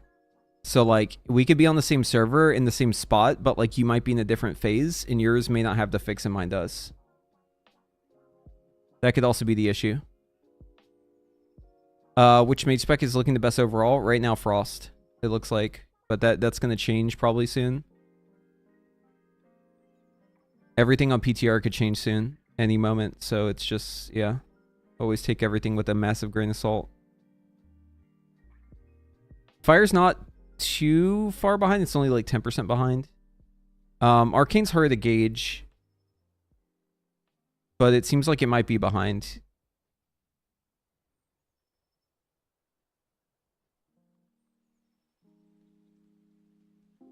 They could be rolling out the fix for the trinket though, because, yeah.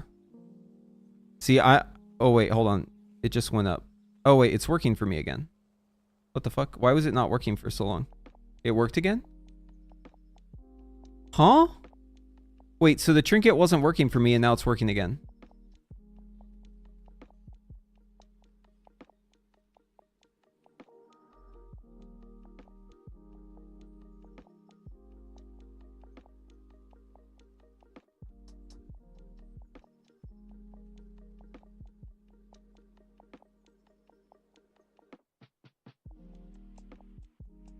Well, shit, now I deleted the weak aura. That's bad.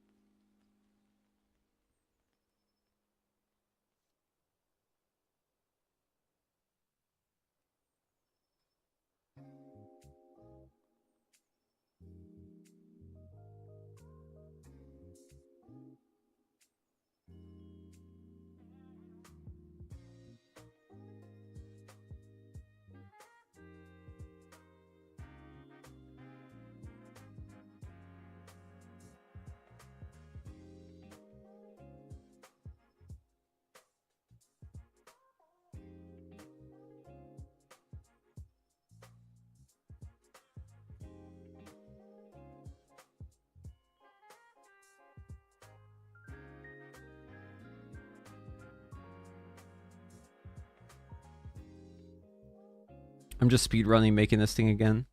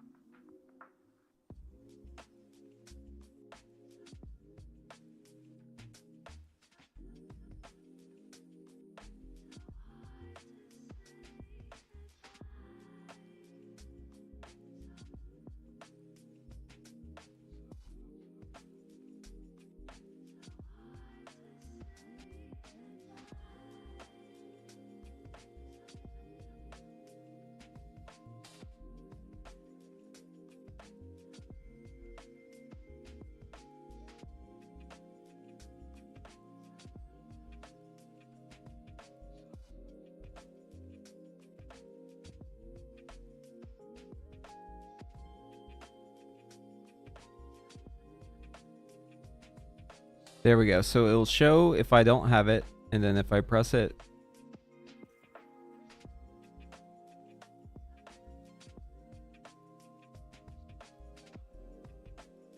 now it goes away.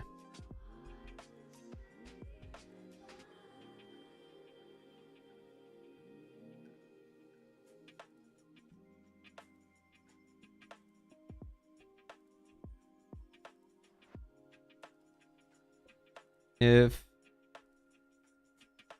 active 1 aura found false, glow 1 on. There. Now it glows. It's telling me to use it. I actually made that way more efficient than last time. It's not as pretty, but it works.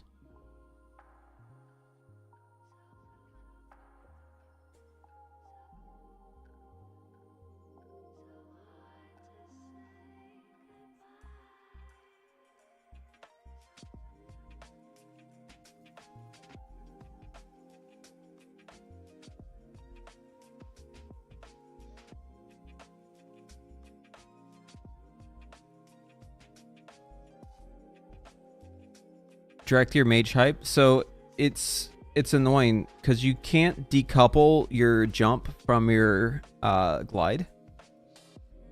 So what happens is you're playing fire and you can like strafe to like not hard cast, right? But then let's say there's a mechanic where you have to stand still.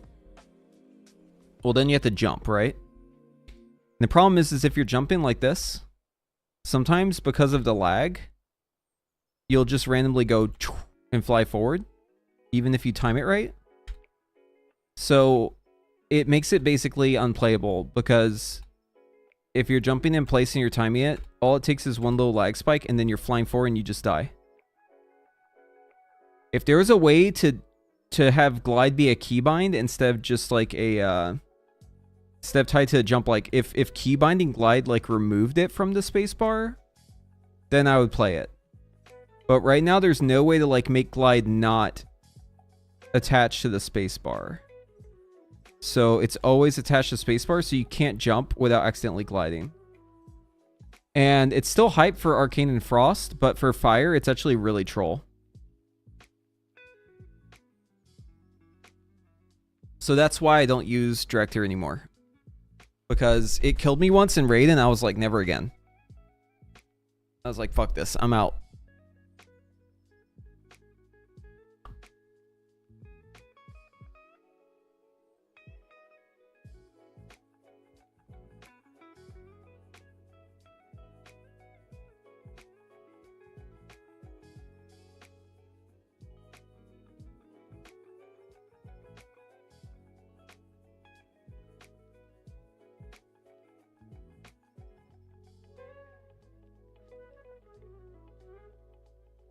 Yeah, the problem with Fire is every time they go and change something, I feel like they make it like worse.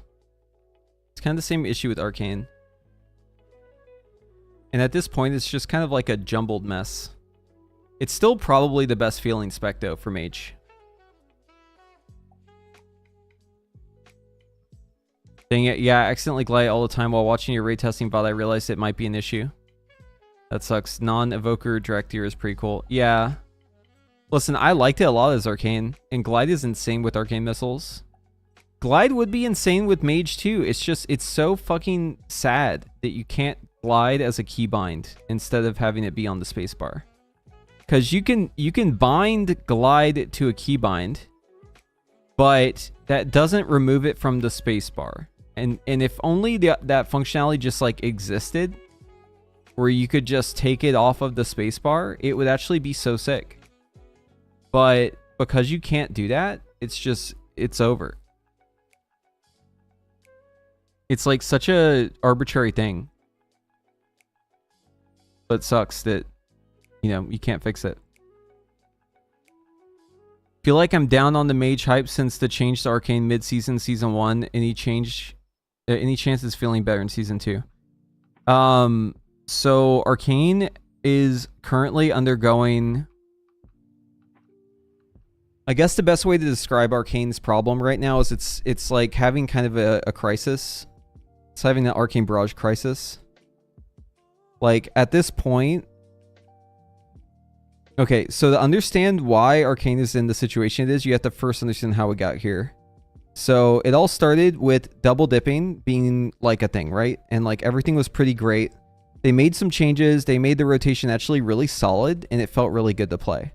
And this isn't just my opinion. This is like pretty universal. Players, except for like a couple people in the fringe, like most players liked the double dip gameplay.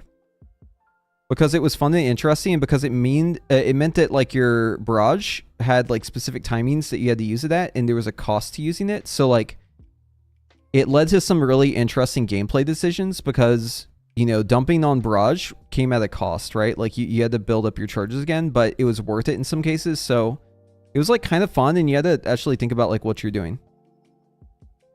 And then there was this whole thing where Blizzard like decided they didn't like double dip because they didn't mean to double dip. So because it wasn't intentional, they like wanted to remove it, saying it was a bug. Despite like many abilities working the same way as double dipping. But anyways, so they decided to get rid of it, right? And they said that they would give us an alternative that felt the same, but they would make changes to it if it didn't work out. And so then we got Aether Vision. And I'm skipping over like 7 or 8 changes because this is like super summarized abridged version. But basically, we've had Arcane change like 13 times in one expansion already, and we're only in the first patch of the expansion. Just to put into perspective, right? Another spell that also gets changed a lot is Psychic Link. Psychic Link has been changed like over 24 times or something like that over the course of its time being in the game. It's probably got the biggest change log of like any skill that's like recent, right? In like modern WoW. It's like constantly changing, right? Burden Power's already up to like, or Nether Precision. Nether Precision's already up to like 13 just this expansion alone. Or maybe it's Burden of Power, but either way, both of them, it's kind of the same problem, right? They keep adjusting it back and forth, and they can't figure out what they want to do with it. And the problem is like some of the times whenever they fix it, they actually break it in like really obscene ways, so then they'd have to change it again. So basically the Arcane rotation changed like, I would say 4 or 5 times in one tier. Which is already annoying, but then also the spec balance was constantly changing too, because Arcane wasn't all that was getting changed. It's like the hero talents in general and like the other specs. So there's like a lot of turmoil. A lot of players were put off by that. But in the end, Blizzard decided, you know what? We're just going to make it so Barrage doesn't get affected by Nether Precision anymore. And then they randomly decided to not do that. And then they got rid of Aether Vision. So what we got instead is Intuition, which was our 4-piece bonus. It's essentially the same thing as Aether Vision, except for it procs way less and it's random. But they didn't address any of the double dipping stuff, so they essentially like, they're like selectively listening to feedback.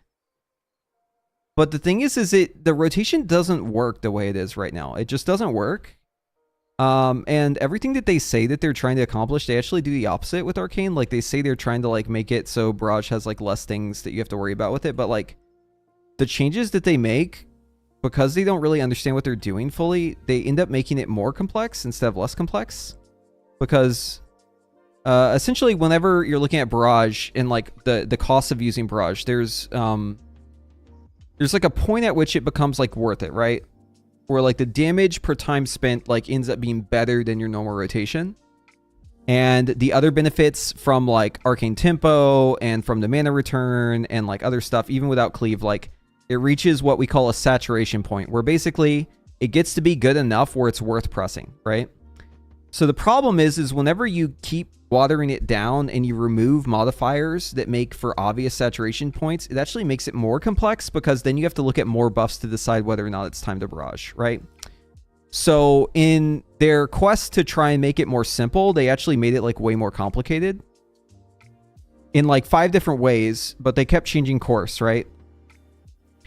And so essentially at this point, like if you're trying to figure out how to play Arcane, you're just like wasting your time, because like it's not going to be the way it is right now next week, and the next week after that it's going to change again. So like why even fucking care until they figure out what they want to do with it? But problem is they're never going to figure out what they want to do with it. At least it doesn't seem like it. It seems like they just keep changing it. So until they like demonstrate that they're like done messing with it, it kind of feels like a waste of time to even look into it if you want to like try and theory craft it.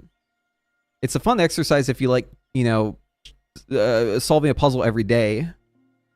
But if you're like trying to figure it out and you like are exhausted from already doing this like 15 times, it's tedious, right? It just keeps happening. But anyways, that's a whole other discussion. So they got rid of Aether Vision, right? But then they didn't put the double dipping back. So now we have the Intuition back, but it's just a random version of Aether Vision. It's essentially the same thing. It's just Aether Vision, a trench coat, and also like random. So the problem is like the rotation doesn't really work without there being some incentive to barrage, because barrage doesn't do enough damage. And so they've started buffing barrage because I think they realized this. But the problem is like it's not really like the core issue with it is that there needs to be like a timeliness to it, right? Like the reason why double dipping was good is because there was a time limit on it. You had to either choose to barrage or not barrage in that moment from the queued cast, or else you'd miss it, right? And then doing it cost you because you'd have to build back up. So essentially it was like a spender. It was like a proper spender, right?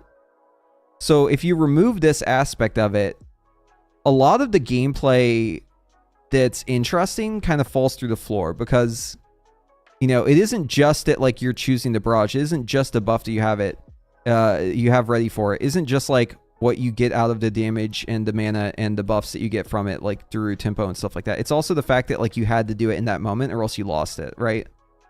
And that's only really something that's possible with double dipping or a tooltip change. Very easy solution. Just change the tooltip so it matches what double dipping does, right? Just say that like for a second after you use your last nether precision, your barrage also benefits. That's an easy fix, right?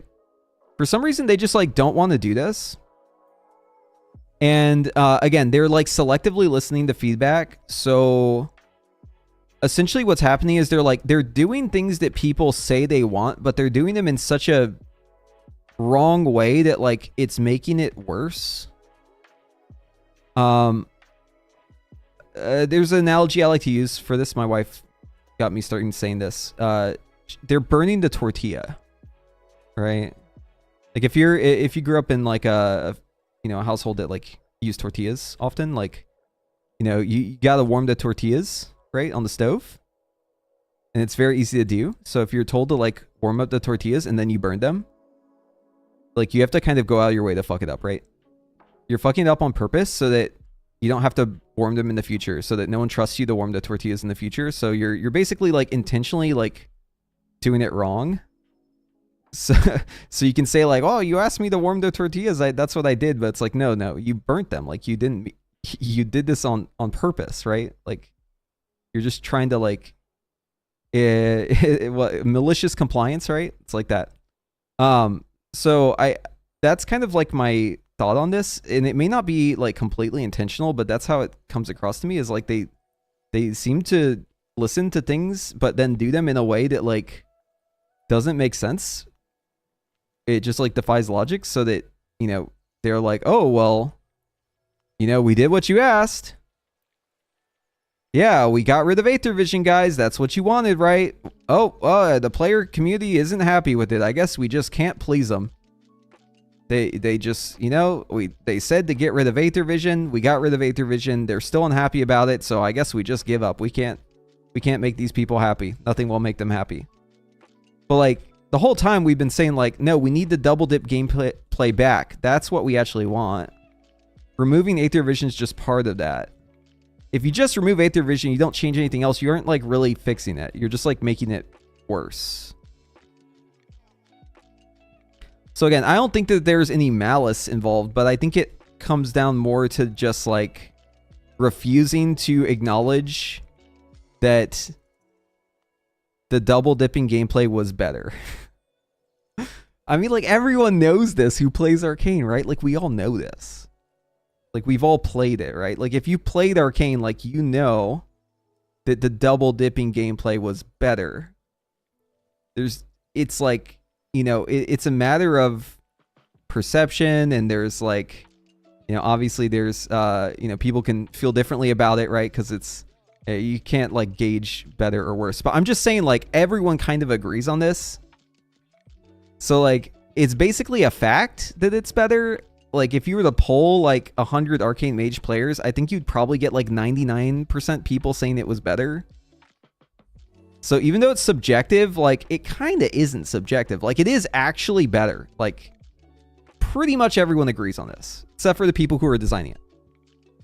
So I think we've kind of dug ourselves in this hole where, like, people like myself have kind of, like, been a little frustrated with the situation. Maybe had some heated moments, right? Maybe the relationship between us and the people who are designing the class, like, has gotten a little stressed by this. I know that I myself have been pretty outspoken about how stupid these changes have been, and, like, to be fair, like, they were really stupid. But the problem is like, if you're trying to convince someone and you're telling them that they're stupid, they're not going to listen to you. They're going to be like, fuck this guy, right? And, like, WoW players aren't exactly known for their tact whenever it comes to saying these things. I'm not saying that anyone's wrong for calling it stupid, because it is stupid. But also, I don't know if we'll ever get back to it working right without, like, somehow bridging the gap, because the fix is so easy. Like, it's been easy this whole time. It's been obvious to people who understand this how to fix it. We've all known. But for some reason, it doesn't get fixed. So, like, why is that? Why would you not fix something that's simple to fix in an easy way and take the W? Why would you not give people the rotation that they enjoyed? The class design that felt good? What's more important? Being right? Or having good gameplay in your game? Where's the priority? Is it following some arbitrary rule saying, oh no, this was a bug, so we can never make it work this way because that's how it was whenever it was a bug, and we don't like bugs, so there's no bugs in our game. Our game is completely free of bugs, so we can't have any bugs. So we can never make the gameplay work right. Because, I mean, there's like a million examples of bugs in this game. Right now, Arcane is bugged in like 4 different ways. The most glaring is resonance. You know how they change resonance talent? So they forgot to add a 1 to it. And, well, you can double dip on Flame Accelerant right now. Yeah, there's actually multiple things you can double dip on, even just for Mage. Like, other classes have it too. But, yeah, so this talent right here, it's supposed to make your Arcane Barrage hit for 15% more beyond the first target. For some reason, they forgot to add a 1 to this. So it actually just makes your Arcane Barrage do 15% of its normal damage. So if you take this talent, it reduces your Arcane Barrage talent by 85, Arcane Barrage damage by 85% in single target.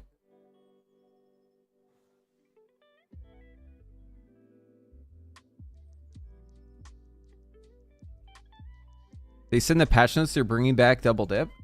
Wait, what? Prove it.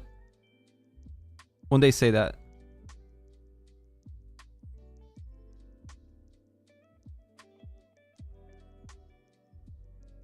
There's no way they've said that. There's no way. I would know. If they said that shit, I would fucking know. There's no way they said that. You just made that up. You got me excited, though, and I'm sad. I just got baited, dude. I just got baited so hard.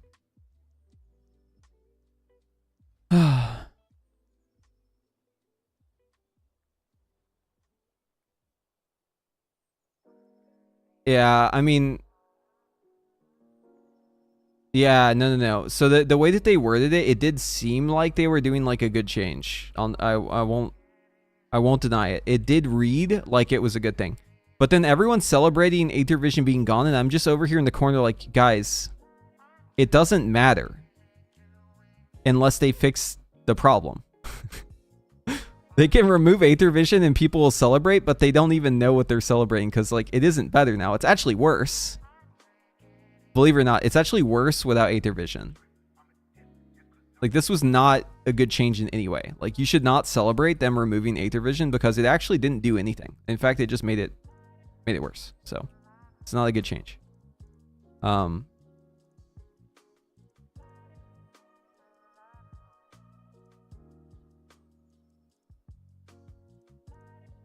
It's like the evil genie that grants wishes. Yeah, dude. Exactly.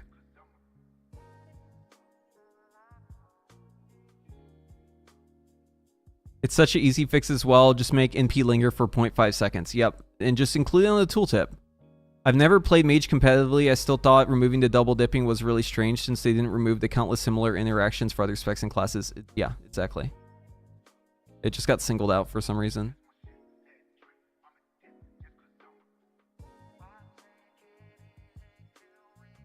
You're out of the loop? It's the monkey's paw, dude. They're just like continuously making our class worse while saying that they're listening to feedback, but they're like selectively hearing what they want to hear, so the feedback that they're changing, it like doesn't make any sense. And I was saying it's like you tell someone to warm up the tortilla on the stove and then they just burn it. And it's like, oh, you told me to put it on the stove. You told me to put the tortilla on the stove.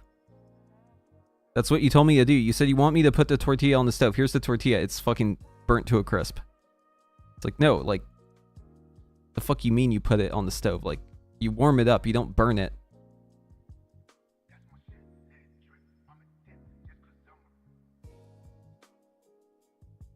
But, like, it's done in such a comical way that, like, it's hard to even imagine that it's not being done almost as, like, as a way to, like, give yourself an out that you, like, did it, but the person isn't happy with it, so you should just, like, not worry about it. You know? That's the burnt tortilla metaphor. It's like, oh, you asked me to warm the tortillas. Here they are, they're burnt. Okay, then you're not gonna ask them to do it again.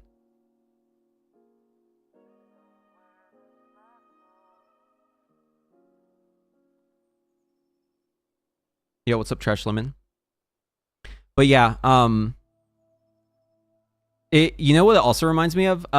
So remember when people said they didn't like personal loot? And then Blizzard added back in, like, group loot? But they made it so in LFR you could just, like, roll need on everything. And then everyone was mad because, like, people would just go into LFR and just, like, roll need on everything and just steal all the items for transmog or whatever, or, like, to give to their buddy. Even though they didn't need the gear, they could just still roll need on it. It's like that. Like, it's such an obvious problem that was, like, there's no way you didn't see that problem coming, right? So it almost feels like they did it that way just to be like, oh, you guys asked for no personal loot. This is what you get.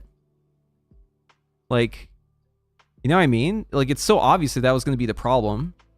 And they haven't fixed that problem, but they just let people complain about it. And I think it just gives you ammunition to be like, oh, I told you so. You see, you actually do want personal loot. You think you do, but you don't. Like, no, you just implement it in, like, the worst way possible. In a way that was super obvious it was going to have this problem. So, like, what the fuck? Like, actually put effort into it, right? Like, why not just, like, give it 2 seconds of thought? Like, maybe, hear me out, maybe personal loot makes sense for some things. Maybe it doesn't make sense for other things. And maybe, if you're having, like, this need-greed system, maybe there should be some sort of check to see if, like, the person actually needs the item. Why are you allowed to just take any item? It's like, you know, if I'm a hunter, I shouldn't be able to need on cloth. It's the same concept. Like, if I already have a fucking max item level cloth piece, I shouldn't be able to, like, take a shitty cloth piece. I can roll transmog on it, I can roll greed on it, but I shouldn't be able to, like, take it from someone who needs it.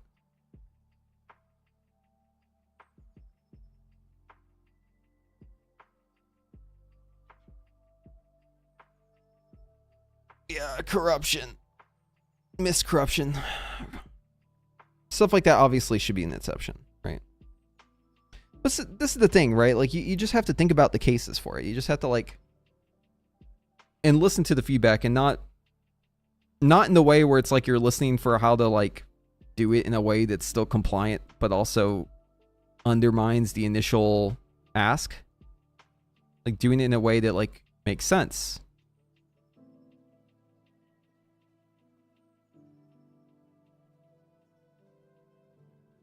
So yeah, I don't know, man.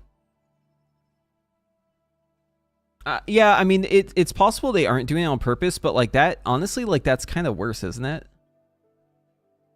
Because, like, doesn't that just mean that they're, like, completely lost if they aren't doing it on purpose? So, like, I feel like that's almost more pessimistic. Because at least in one hand, it's like, okay, well, you know, there is a level of competence there because they understand what they need to do and they're doing something different to, like,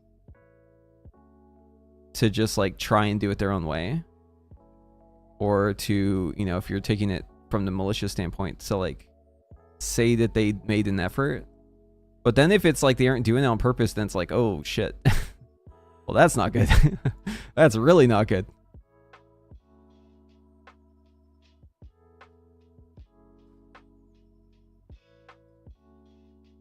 But I don't know, man. I think all the goodwill is gone. Like, I don't know how we're getting out of this hole, because everyone who's like been covering Mage has been just shitting on the dev who's been working on Mage, and like some of it's probably warranted, but not all of it. But like I get the human reaction to be defensive, but like, how do we get out of this situation? Because you know whoever's working on that shit fucking hates all of us. If we're talking about it, you know what I mean? They for sure hate Porum. They for sure hate me. Like, anyone who's been covering Mage, they for sure hate, right? Because there's like no way you could just be like, everything is fine the whole time. Like, there's just no way you could actually be that gaslighting. Like, you'd have to gaslight yourself every day. And like, and yeah, we probably go too far. You know, we probably say to some things that are a little too aggressive. But like, everyone's human. At some point, you gotta just fucking make fun of it, right? You can't just like be fair and balanced and level-headed the whole time. Eventually, you're gonna reach a fucking breaking point. And it's almost like we've been pushed to this breaking point like purposefully, with the amount of flip-flopping on nether precision and burden of power and like everything else. It's just like, what the fuck is happening? Why are we redoing the rotation 5 times in one tier? Like, how is any of this possible? How is none of this being tested beforehand? We're just making fucking YOLO changes on live. 0 thoughts about what that might do, the repercussions. We're just fucking YOLO changing stuff, and sometimes it's bugged, and then it gets YOLO changed again, and it's like, at this point, we don't even know what it's supposed to be like. Like, we've completely lost the plot. So, it's crazy that, like, this is the situation we're in.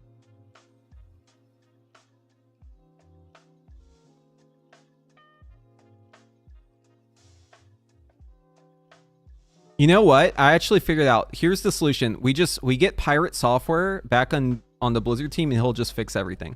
Yeah. Yeah, we get that guy back, and he'll just save WoW. That's it. I think that's what we need to do.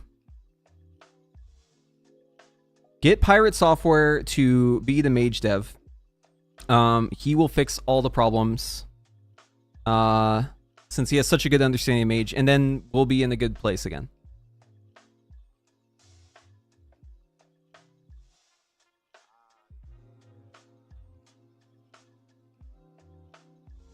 Maybe we could start a petition. I mean, the gym has been removed.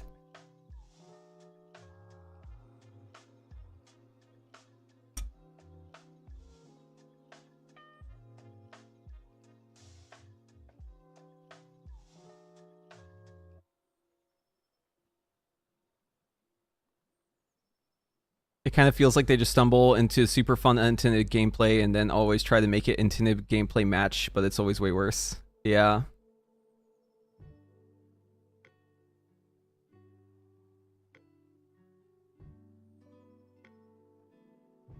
Some devs are more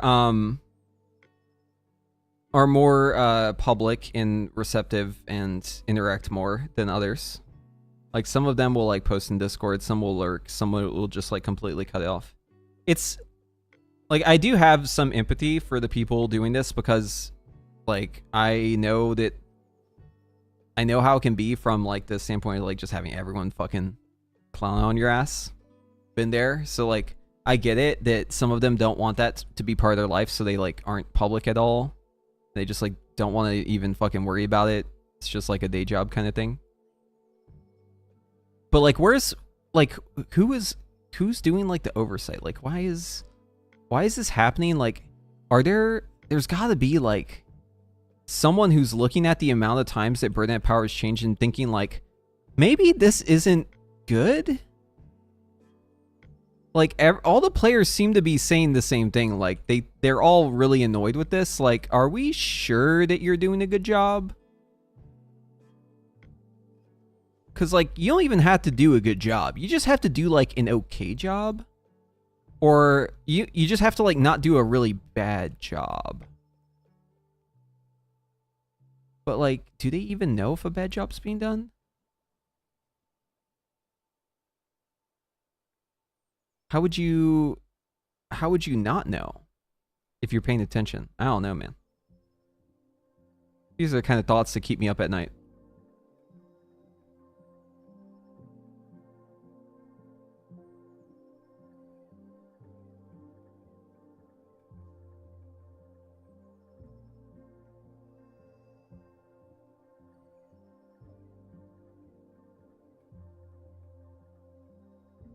I'm sure a lot of y'all have worked in, you know, tech, and you've probably done. There's probably some people in my chat who are engineers, who have, like, software engineers who have, like, worked in a corporate environment and, like, you know, understand what it means to make changes on, like, on a live service, right? On production and, like, quality, right?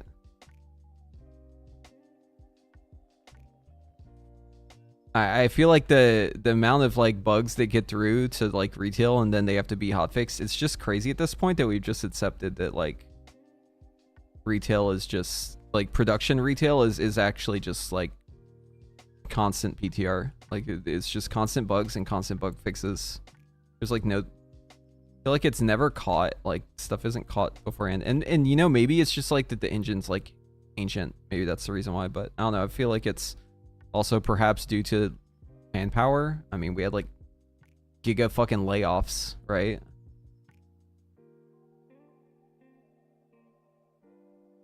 Like, maybe they're just, like, overwhelmed. I don't know. I always try to, like, give them a benefit of a doubt, but I mean, at this point, I don't even know, man. It feels like I'm almost, like, it almost feels ridiculous to do that. Feels like I'm just... Yeah, I don't know, man. If we had this amount of bugs post-patching, I'd be fired so fast. I don't have the perspective. I've never worked there. All I know is, from my perspective, it seems like things are not looking too good. It seems like things are... Like, the game itself is solid. Like, the content is great. Usually. At least the raid content. The art is fantastic, music, all that, fantastic. Some of the class design is good. It really just depends on who's working on it. The talent system as a whole, I feel like, has failed. I feel like the current talent system we have is just worse than what we've had in the past. Like, I actually think you could argue that there were more choices before. When you had the 3 and the 3, like the stack of 3. I think you actually had more choices with that than you do with the current system.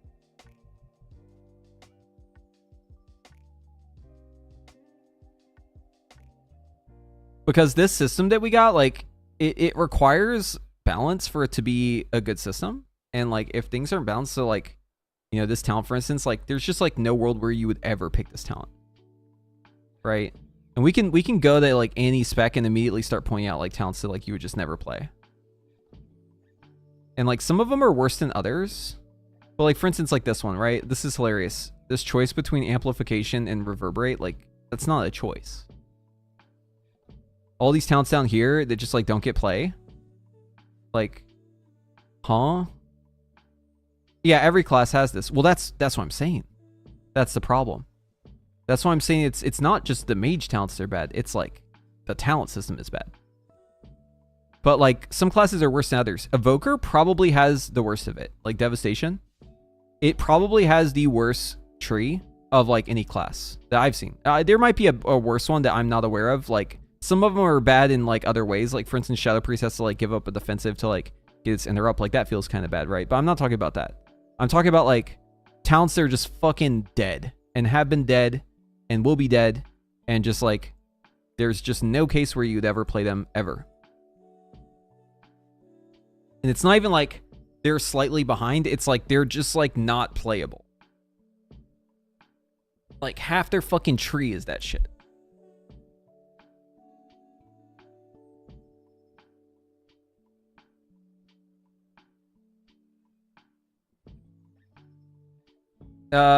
Yeah, but like it's not just competitive play though, where the talents are like important, like the talent balance.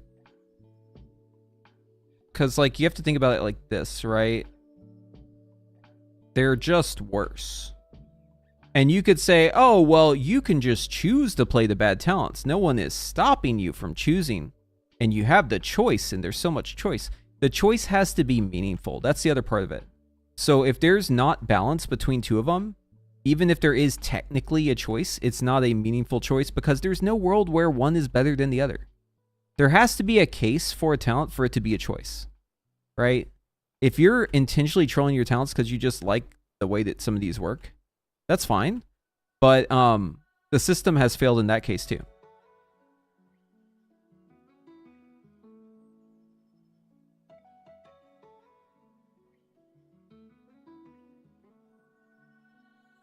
And it isn't just the competitive players that are like that. That's like the entire community. It's like the entire game. And it should be that way. Because people...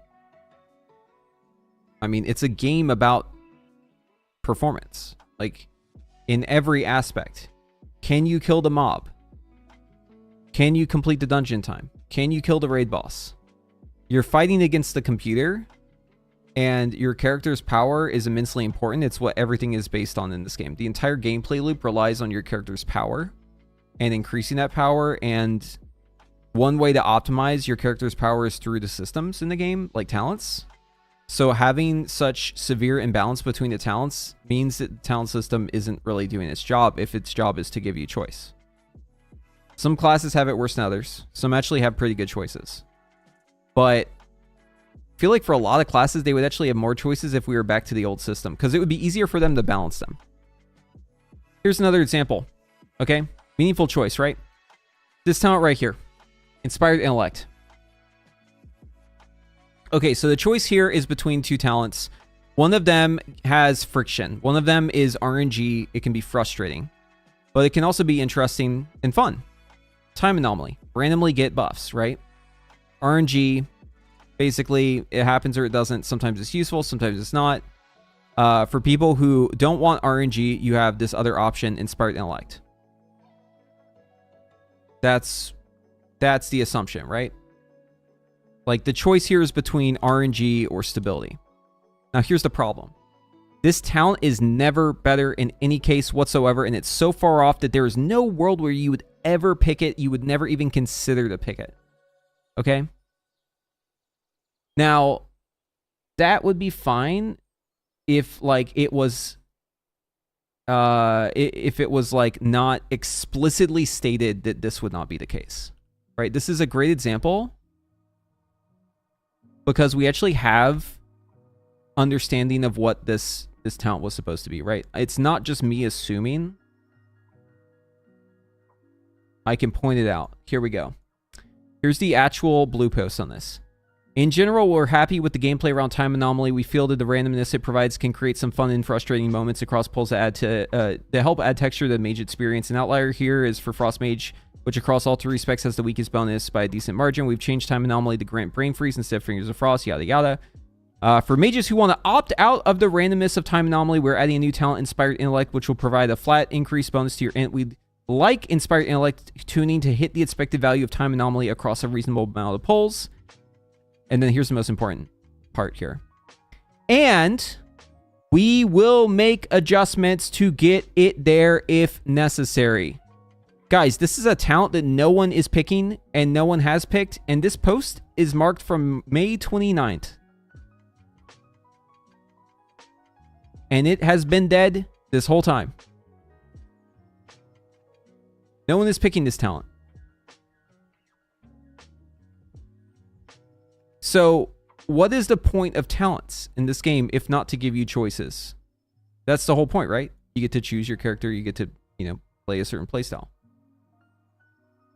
But, like, here's a perfect example of something that would be so easy to fix. It's literally just a percentage damage.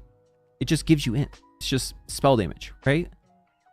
Like, so easy to bounce. You just literally make the number go up 1 until people start picking it.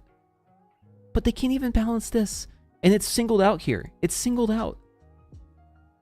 May 29th, they said we will make adjustments if necessary. And here we are, February 2025. Almost February. We're at the end of January. Still no changes. This talent's still dead. So, like, if the talent system can't even support a case like this that's been singled out, I don't have much hope for the system. This is supposed to be evergreen, but the hero talents are changing constantly. The talents are changing constantly. How many times have you had to fucking redo your talent tree because they made a change and then you had to like get a new code because the code broke it? How many times? Like, it's not working.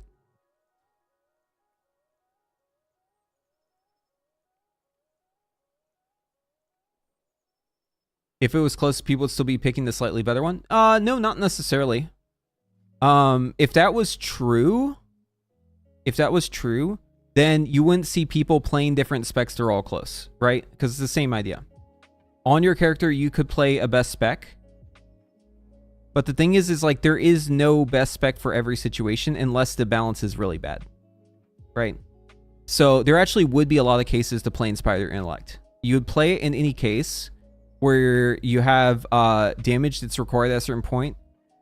And if it was like only 1% ahead, people would not play Time Anomaly. I guarantee you, not every log would be like, a lot of people, myself included, would not be playing it if it was only 1% ahead. I can promise you that is wrong. Now, people who don't know or understand, who just copy the talent strings from Wowhead, they would all play it, right? They would all play the best one because they would all just go with the copy paste without having to look into it, right? But the people who understand would definitely have a bit more wiggle room, right? Same reason why over here on Scorch, like technically improved Scorch is better, right? But Scald is actually a decent alternative, even though it's only behind by like 2%. But it's actually better in a lot of cases because you don't have to worry about managing the debuff, so there's like less mental tax. Also, it can be better if the fight is shorter, a lot less involvement, and it takes less mental bandwidth away from like doing your rotation stuff. So like, this is another example, and like people play Scald. So like, they just need to be close. They don't need to be perfectly balanced. No one is asking for this game to be perfectly balanced. That's just not going to happen. And also, it would be bad if it happened. Like, we don't want the game to be perfectly balanced. We just want there to not be this massive gap where like talents are unplayable.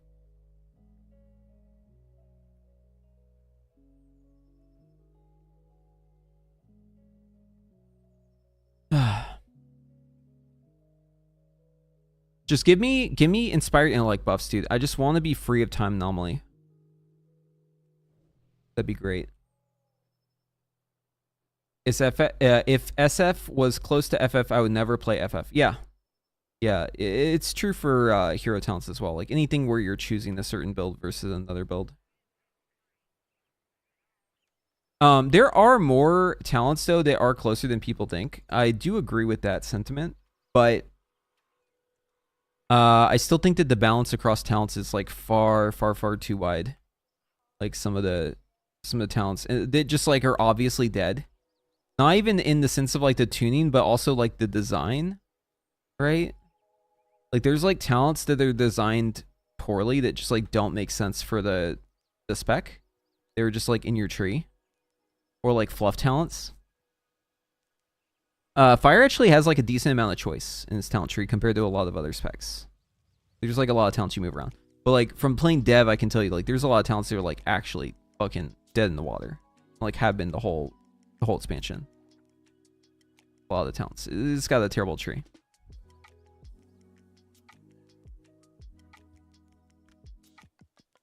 FF Fire is starving for Phoenix Flame was the logical solution. Excess fire stacks twice, but CD reduction reduced by half. The logical solution, yeah, I mean, so like, it's the logical solution. It depends on what you want to give the players. If you want to actually give them more mobility, I think that's the thing that they're trying to address is mobility.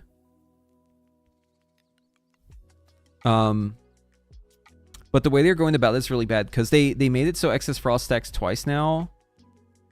But then they reduced the amount of Phoenix Flames you get. But Phoenix Flame is like the bottleneck, right? It's like how you use excess frost. So like the solution is you need to make it so that excess frost can be consumed by other spells too.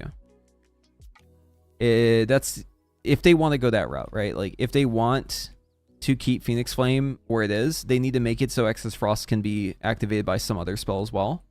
Because right now, you can't get through them all. You just overcap on it. So I think it would be easier for them to make excess frost get triggered by some other spell. If they want to throttle Phoenix Flame, which it seems like they do want to throttle Phoenix Flame.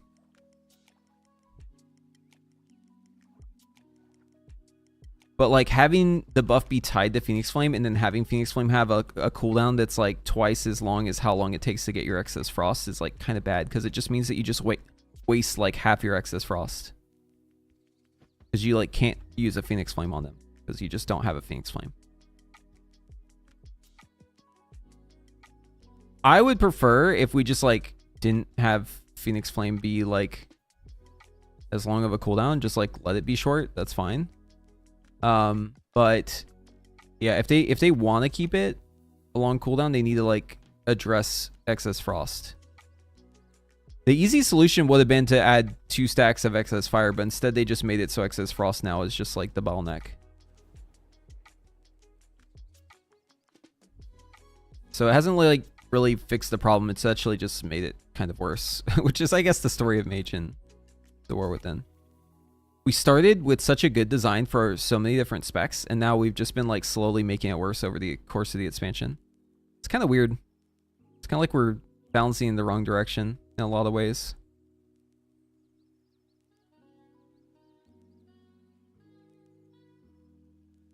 But anyways, yeah, that was a long rant. I don't remember how we even got on the topic.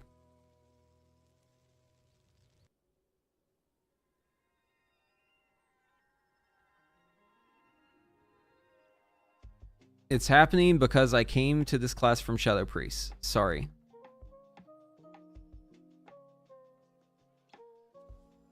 Swan Poggers. I see. So you're saying I can blame you for all my problems. Got it. See if they fixed the drifting yet. Oh, it was why Arcane is so fucked? Yeah.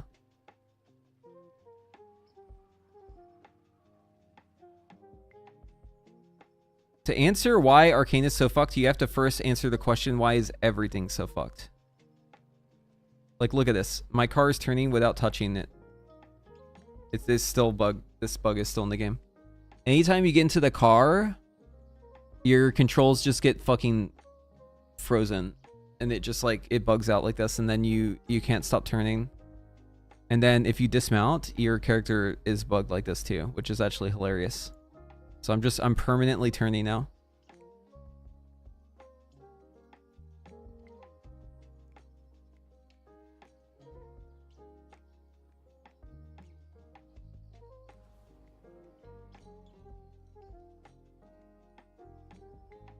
Tab in and out usually fix for me.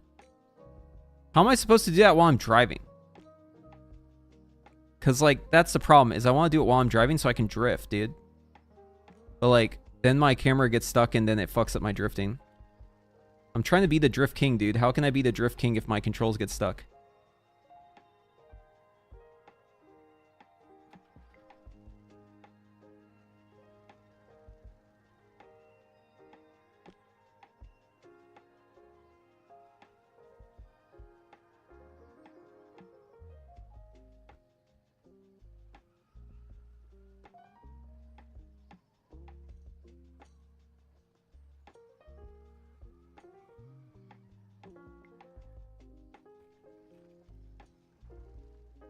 See, the car gets stuck again. Every time the car gets stuck, I start hitting walls and shit. Tab out, tab in. There it goes. Yeah, that works.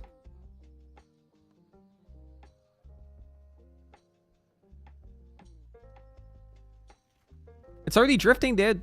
Oh my god. Every time I try to do the car, it bothers me because it just gets stuck like this like every 5 seconds. I don't know how to fix it. I've tried like only using the mouse. I've tried only using the keyboard, but it just doesn't seem to have a fix. Just like it just bugs out.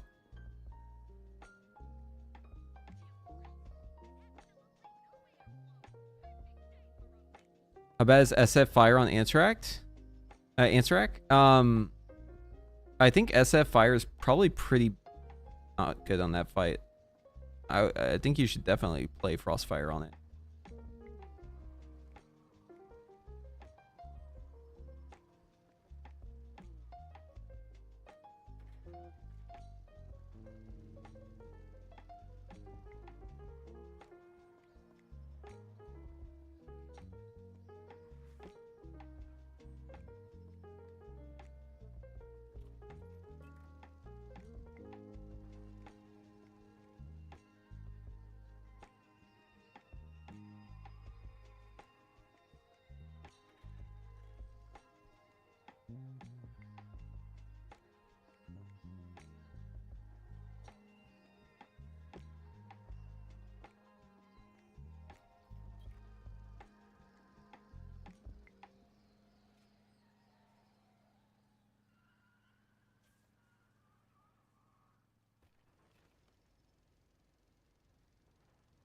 Ah, we're turning again. Stop.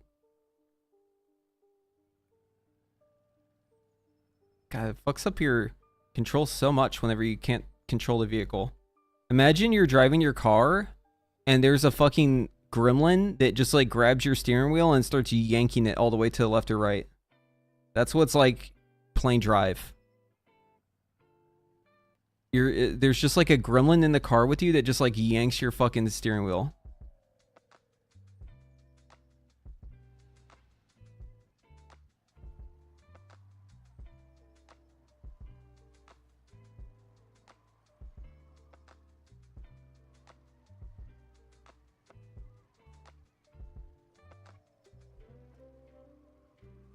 Is there a drive raid boss? I don't know. Be cool if there was. I want to get the drift wheels. You can get drift wheels that make it so you've got more friction on the ground.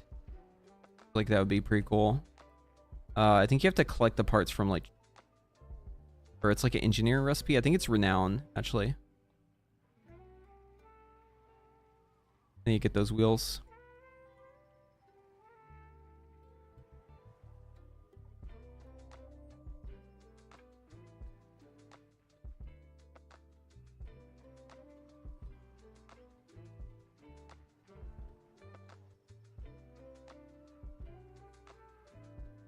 It's a cool concept. I really hope it's fun. They need to fix the bug with it, though. Okay, I think I might figure out how to fix it while I'm driving. I think if I just right-click my mouse a whole bunch, it, like, can sometimes make it stop. There we go. Nope. Get back. Nope. Nope. It just keeps bugging out. Ah! I want to scream when this happens.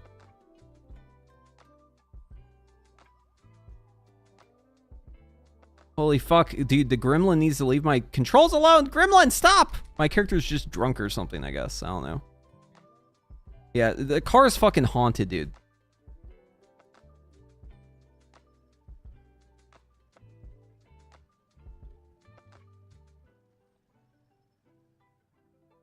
I want to practice my drive skills, but it's so hard whenever your car is constantly haunted. Then your character's haunted.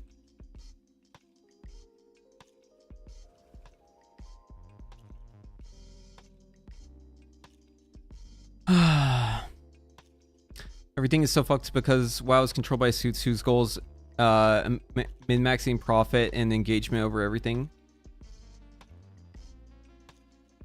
Yeah, I imagine corporate greed definitely has a part in why it's not great.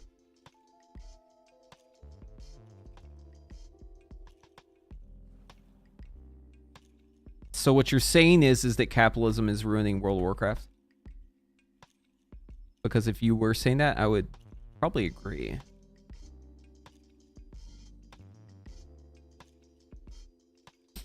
Yeah, you can road rage. There's actually a horn, but you can only sound the horn a couple times before you get in trouble. You get debuff.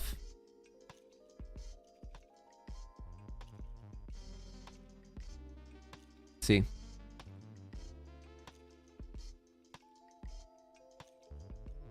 Are there any new settings you have to adjust in the options to make the driving easier? Yeah, there's a setting. It's unknown to me, but apparently there's a setting for there to be a fucking ghost in your car that haunts it and like turns your steering wheel without your consent. If you can turn that one off, then your driving will probably be way better. But I haven't figured out how to like exorcise the ghost from my car yet. My car is fucking perma haunted.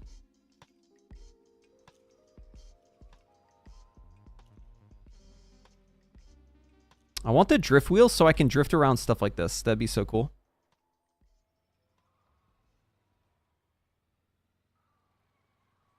See, like, I take too big of a... My angle is, like, too wide whenever I drift. It's like, the good spot I found is, like, right here. Where you can do fucking donuts. There's also a good spot, like, over... It's like... Oh god, the car's haunted again. Stop! Okay.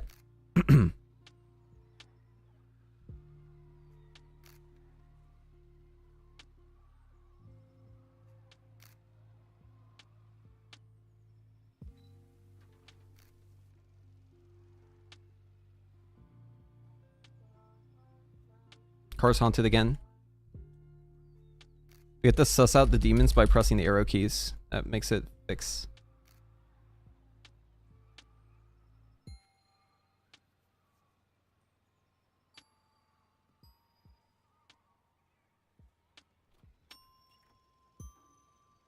Oh, haunted again. You just kind of get used to the car being haunted every 5 seconds. Oh, it's haunted again. See, look, and the funny part is if you dismount, your character's haunted. It doesn't stop. So you tab out, tab back in.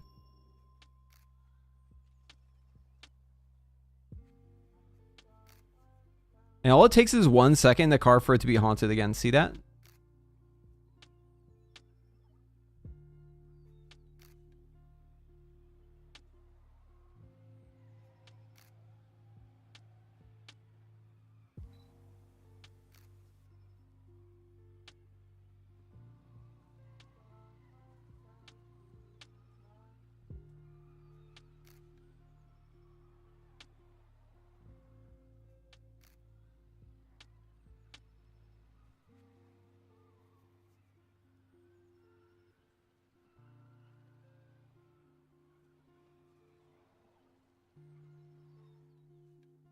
Trying to get the right amount of acceleration to do a donut around this thing.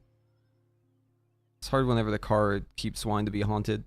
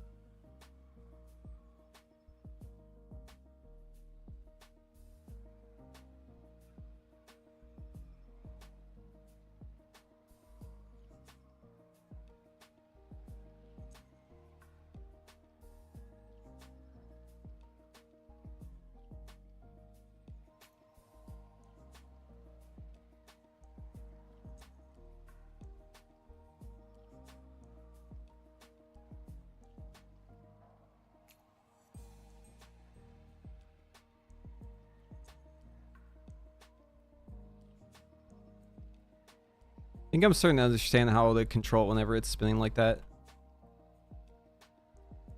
It's all about setting the acceleration and releasing it at certain intervals. It would be so much better if the car didn't get fucking stuck all the time. Both in the direction it turns and also the obstacles.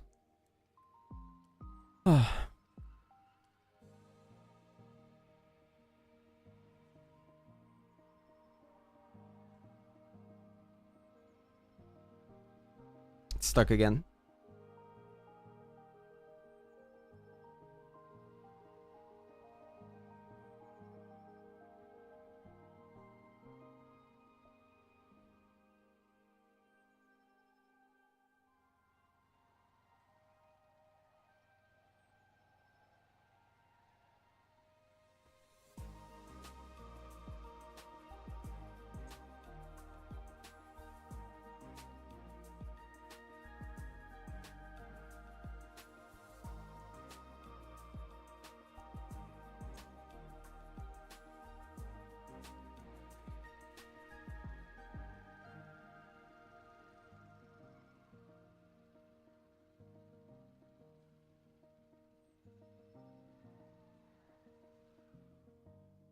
See, look, it's stuck turning left. This is the worst thing. Whenever you're trying to take a right turn, and then the car gets stuck turning left, because then you lose your, you can't turn anymore. It like cancels out your turn. You just like lose complete control over the car.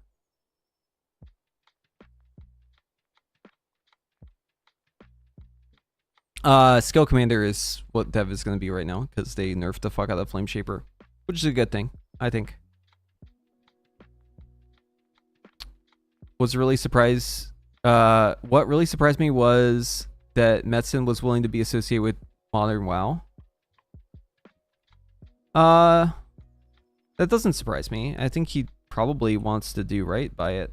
Yeah. He's probably like really invested and wants to like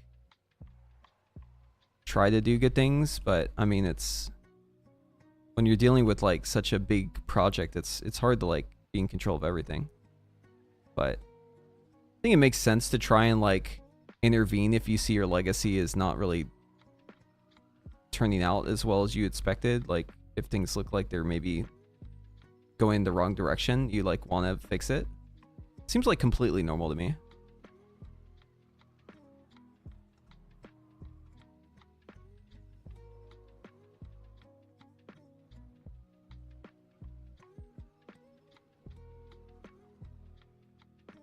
Yeah, see, I think if I have the drift wheels, I might be able to drift around this thing better. I want to get it so I can drift around in circles around this thing. That'd be great. You know what? I think when the car is haunted, you just have to accept it and you just have to embrace the ghost. If the car is haunted, you just have to decide to go in that direction. Just let the car steer itself. You know what? Maybe it's like letting Jesus take the wheel. And then drive you into a fucking wall. See, my car wants to drive into this building. It's like, maybe I should just let it do that. Yeah, so they made a lot of changes to Mage recently that are kind of wonky. What's funny is if you backpedal, the direction the car is turning in is opposite of what you're trying to turn. So like if I try and backpedal, it'll like keep me stuck here because the car is like stuck turning. So like the best way to like deal with it is just to like wait. So look, if I backpedal, see how it's turning the opposite direction? Like the wheels are cut, but in the opposite way.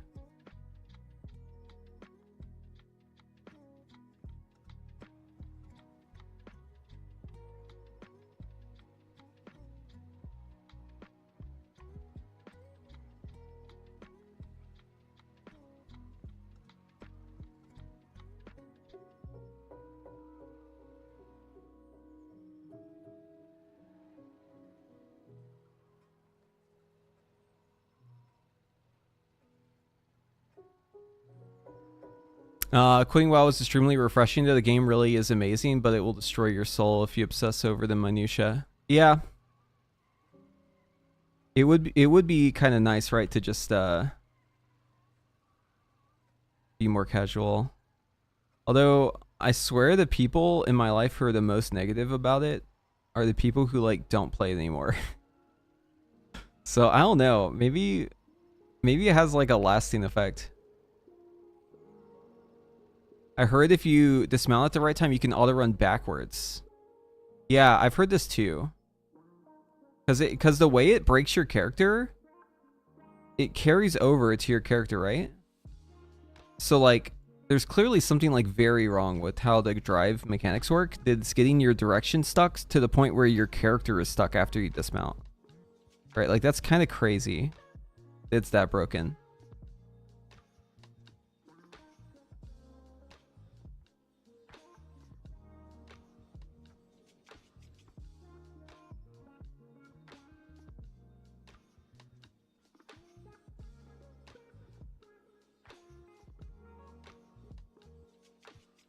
But yeah, the changes are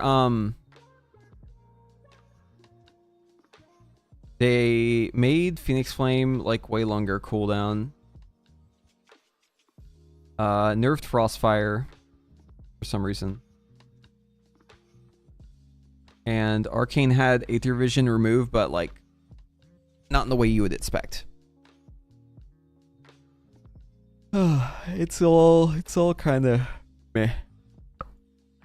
We're early in the PTR process, so maybe stuff gets changed, but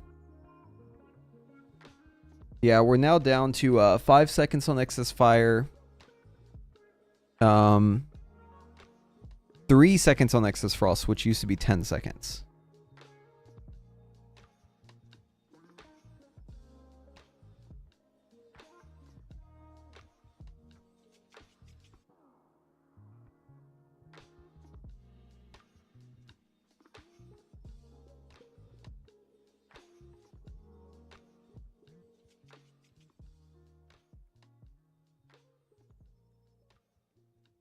Yeah, we did a dungeon earlier as fire.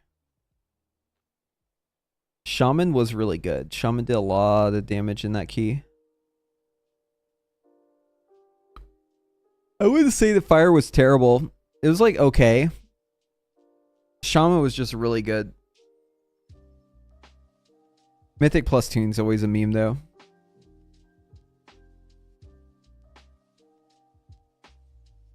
Yeah, Frost is probably better than Fire. It's definitely better than Fire in like single target. No doubt about it.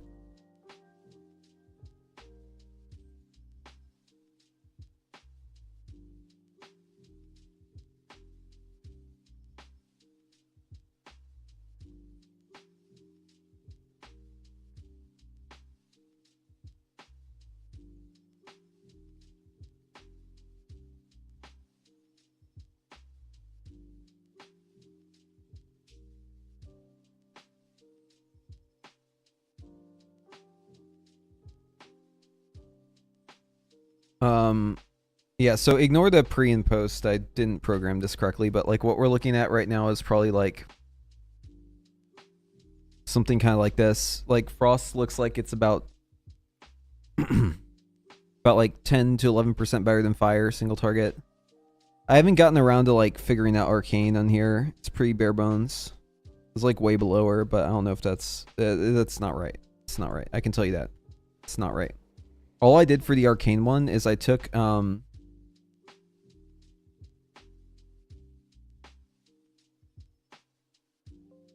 Aether Vision. I just did a Control C Aether Vision and I replaced it with Intuition, which I know is wrong, but it's better than what it was, right?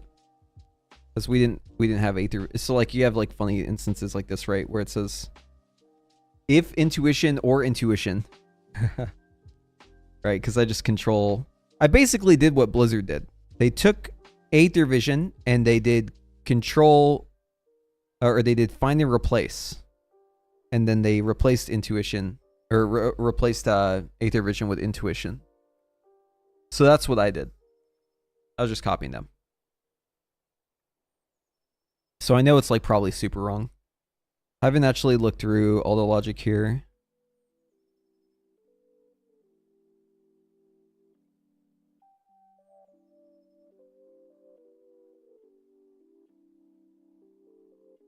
Not sure if I can take another Season of Frost.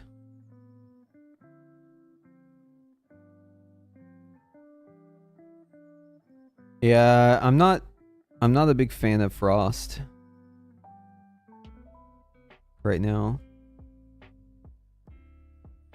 Someone asked me the other day, like, why I don't like Frost. And, like, it took me a while to explain it, but I think the core of it is the Frost rotation relies too heavily on RNG. And if you have bad RNG as Frost, like, there is no rotation. Like, once you cut out the procs from Frost, like, there is no rotation. It's just Frostbolt. So, like, you can just fall into the Frostbolt void at any moment if you have bad luck.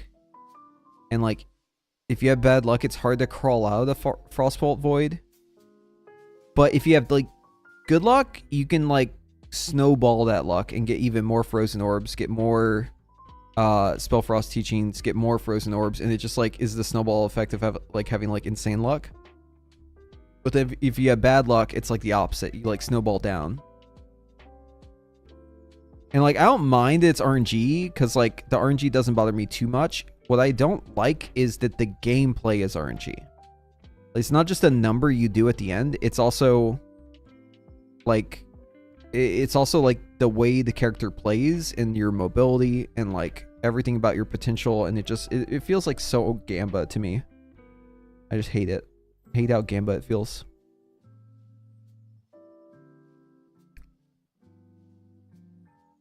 Frost just, like, it doesn't have an interesting rotation if you, like, at all, if you don't have procs, because the entire thing is procs. It's held up by procs.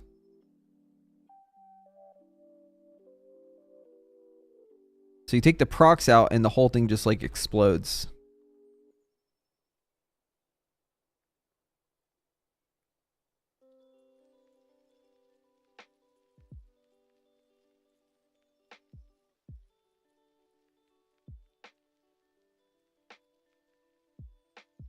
I've had to fire 5 Frostbolts in a row and fire 10 orbs in a row in the same dungeon. Yeah, it swings so wildly.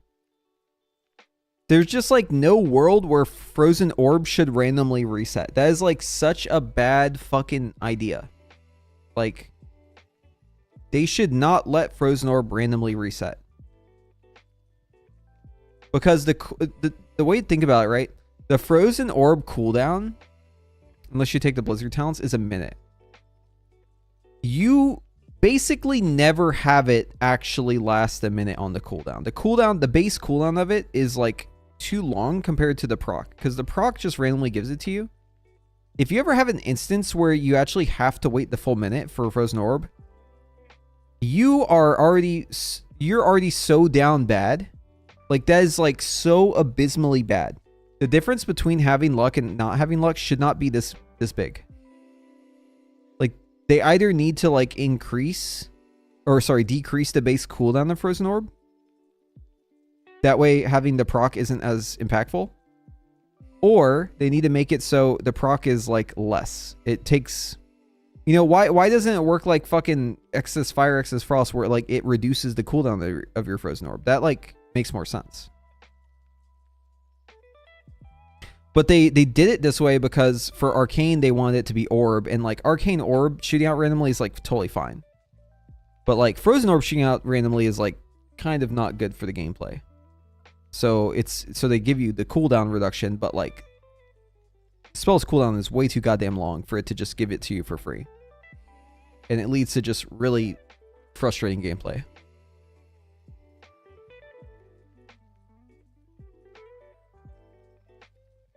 But also, Frozen Orb is just, like, annoying to use anyways. Because the spell is just bad. Like, you have to be in melee to use it effectively.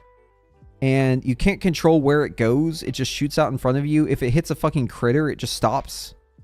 And it just spins and gets wasted. Like, Frozen Orb is maybe one of the most frustrating spells in the game. And, like, there's such an easy solution for it. Because it exists already in the game. You take the PvP talent and you can place it where you want to place it, right? And that, like, works so much better. But for some reason, they won't give that to us whenever we're doing PvE. Like, you can't have the reticle. You have to shoot it out. And it's so fucking bad. Because you have to play in melee as a range to be able to, like, fully min-max it. And then you get orb procs from orbs, which is, like, a whole other story. Anyways.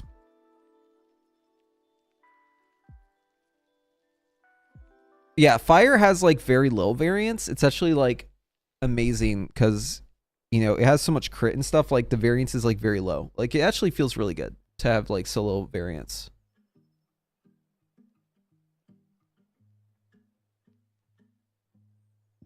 I warned you, bro. Sandbag fire or suffer the consequences. Man, they're gonna do this shit no matter what I do. It doesn't matter. You can't make all the mages sandbag, dude. There's too many pumpers, man. It's not gonna happen.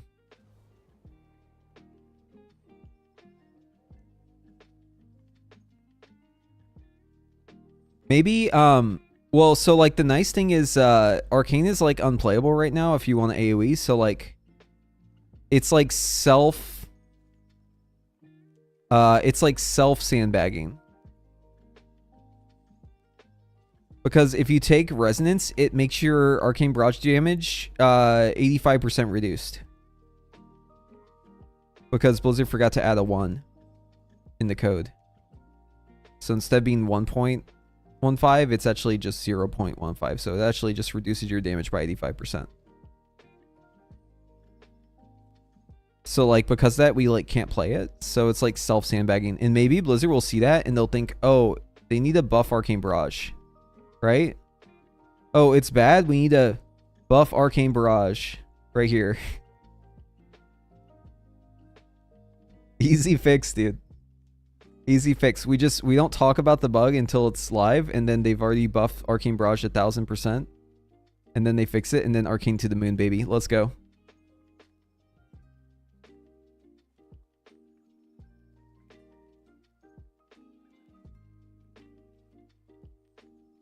Yeah, I don't know. I think for Frost, like, Frost has been in such a weird, like, Frost was actually pretty good in Dragonflight, but like other than that, Frost has been kind of like RNG slave spec almost the entire time since it was reworked way back in at the end of Cataclysm.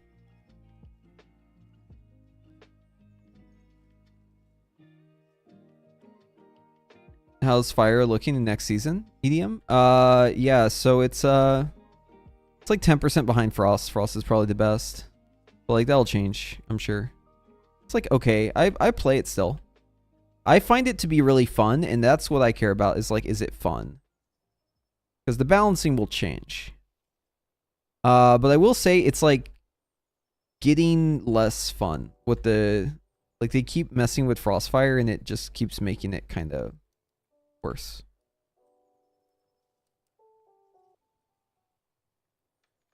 Frost was really fun. I mean, shit, dude. I had a lot of fun as Frost back in Mists of Pandaria. I had fun as Frost in Nighthold, even though it was super degenerate. I had fun as Frost in Dragonflight. Frost can be fun, but there's like a very gentle balance when it comes to Frost. And I think if Spellslinger wasn't so Frozen Orb RNG dependent, I would actually enjoy it right now. Like, I think other than that, it's like, it's okay, but yeah, I don't know. The Frost rotation itself, I think, needs to like have a hard rework. Like, I hope that next expansion or like in some major patch, they just like completely go back to the drawing board on what Frost is supposed to be, because I feel like we've lost the plot with Frost.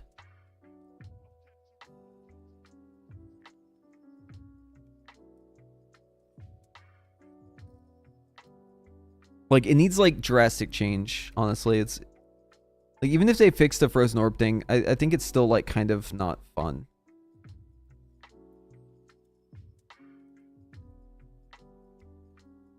Let's go gambling! Aw, dang it. Aw, dang it. Aw, dang it. Frostbolt, Frostbolt, Frostbolt, Frostbolt, Frostbolt. Yeah, pretty much. It'll be fun, and then they'll rework it mid-season and remove double dip. Yeah. You guys know Fire's double dipping?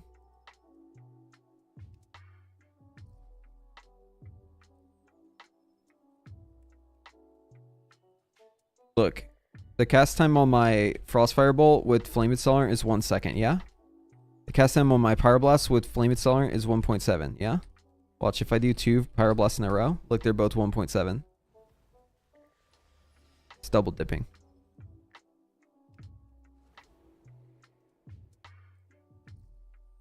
Here it is without one, right?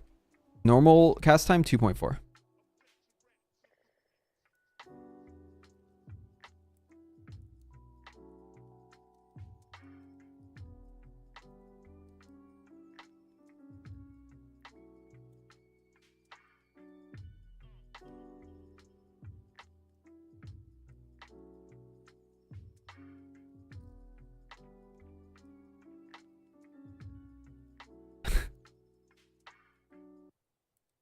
Yeah, it's the Frost Mage way.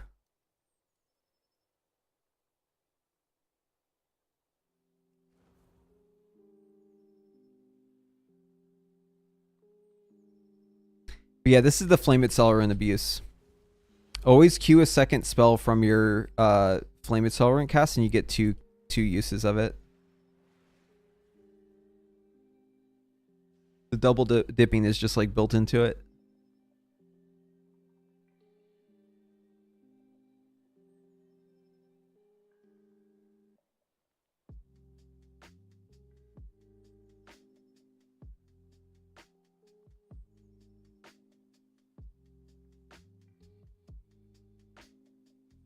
Oh, this is good. Person who keeps gambling. Spellslinger, Frozen Orb, Frozen Orb. Hundreds, 99s. Person who stopped gambling. Yeah, pretty much.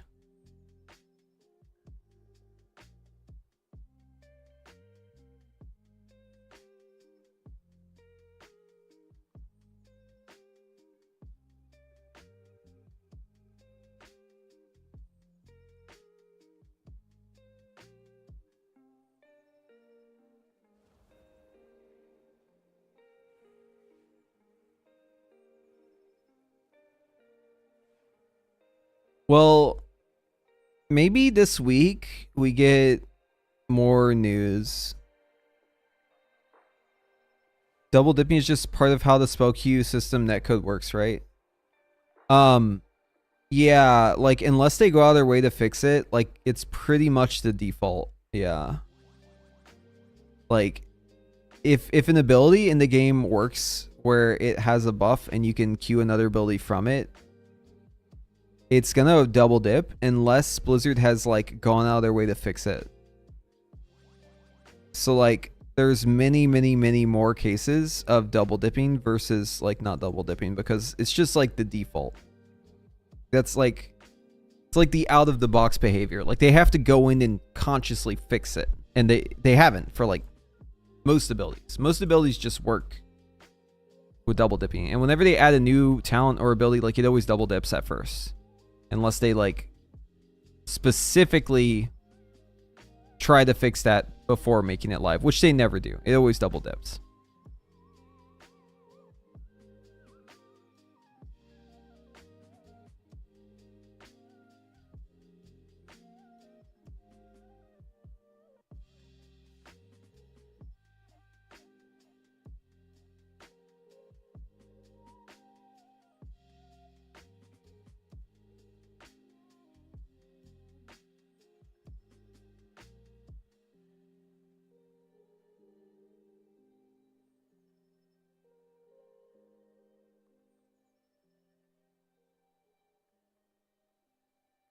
Yeah, just meteor and combustion. You can meteor outside of combustion. It can be worth it in some cases, but it's close enough to just only meteoring combustion where it's like just only do it in combustion. It's just easier to remember that way. Yeah, so every target dummy like has kind of a different situation. Some of them bug out whenever it comes to damage accumulators.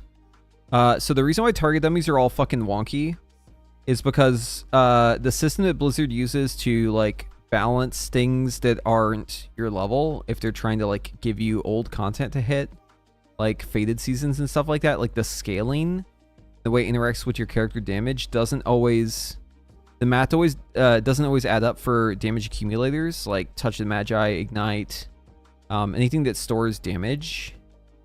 So like you'll see like wacky results from target dummies very often. There's other issues too, but like that's one of the main issues. And so like damage numbers on the target dummies are always kind of iffy. But it depends on the dummy. Like, some dummies are, like, less iffy than others.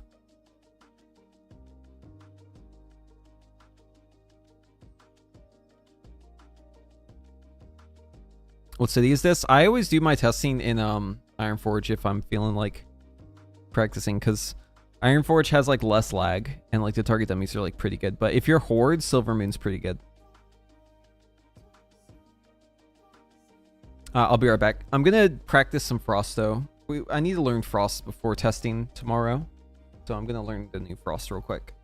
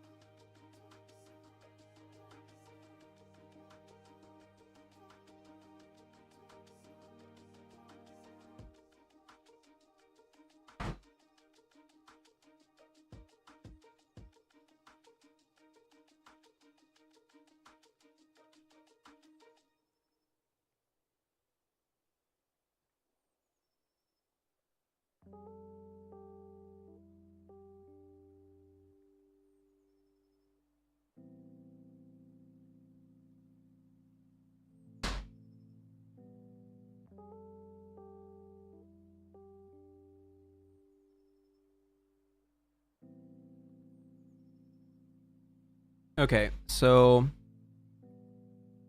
time spent. So Ice Lance, Glacial Spike. So only Frost Bolting or Glacial Spiking about 25% of the time. Plus shifting power. It's more like 40%. Okay, so it's like pretty mobile. You can move around like 60, 70% of the time, so that's pretty good.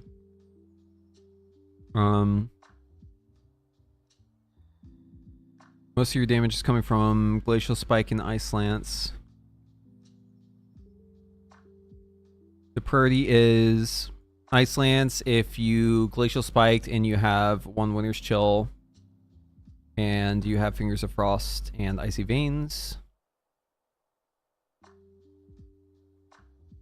Flurry if you have it and you don't have Winter's Chill up and you just queue the Frostbolt. Okay, so Flurry after Frostbolts, Flurry after Glacial Spikes. That's like how it works right now. Flurry if you have Winter's Chill down and you're at 4 Icicles. Okay, so that's new. So if you're at 4 Icicles, instead of doing a Frostbolt into a Glacial Spike, it's saying to just like eat a Flurry in there. Okay. So we natty Flurry sometimes. Calm Storm if you just flurried and Icy Veins is down. Frozen Orb. Frozen Orb's actually lower in the priority, which is really good. Frozen Orb if it's available and Icy Veins is 22 seconds out. I guess 22 seconds is like the average cooldown of it, probably. Frozen Orb if it's available and you're in Icy Veins. Okay, so save... basically, this is saying save Frozen Orb for Icy Veins if it is convenient to do so.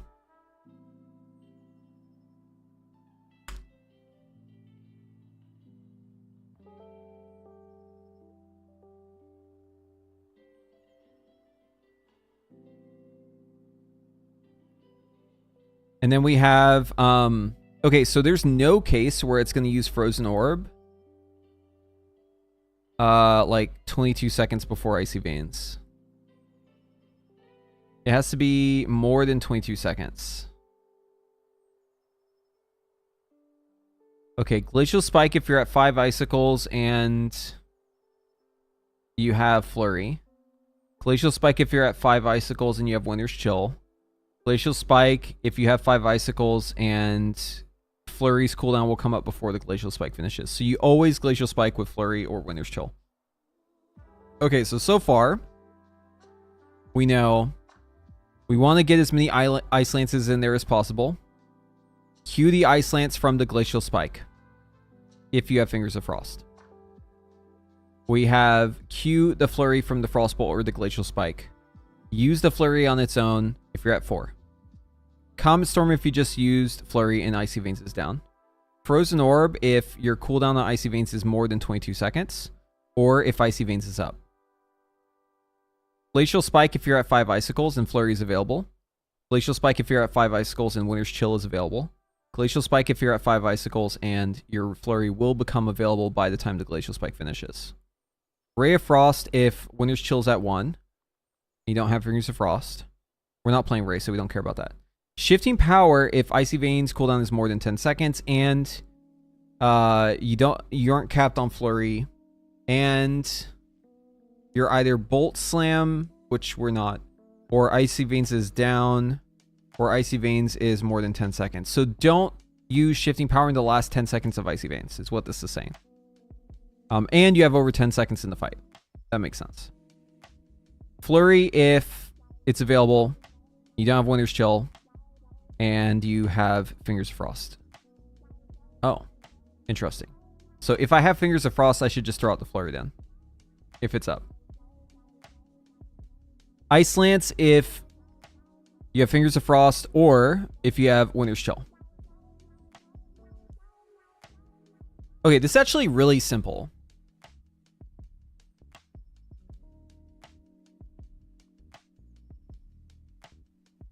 Okay, so here's what the opener looks like. It's gonna do... By the way, this is just one version of the APL. Like, this might be wrong. In fact, it's probably wrong. But it's good enough, so I'm gonna learn it from this.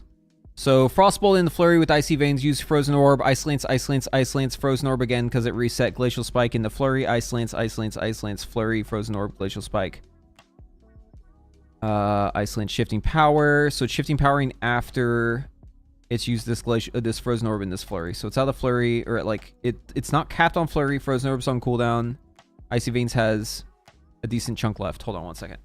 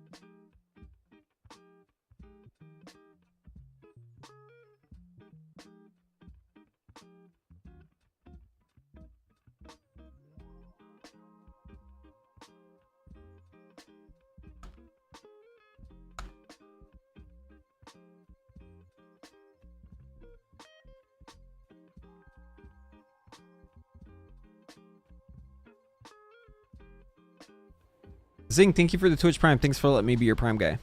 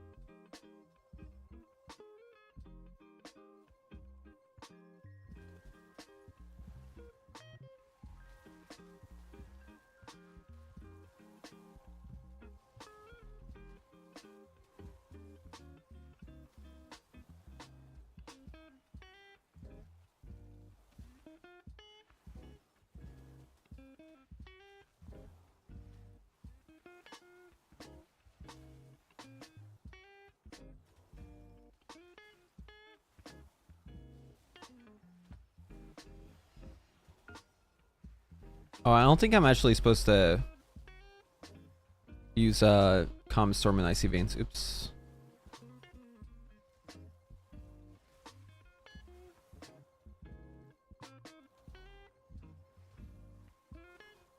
Supposed to flurry on their own there. Glacial Spike here. Oh, I need a shifting power.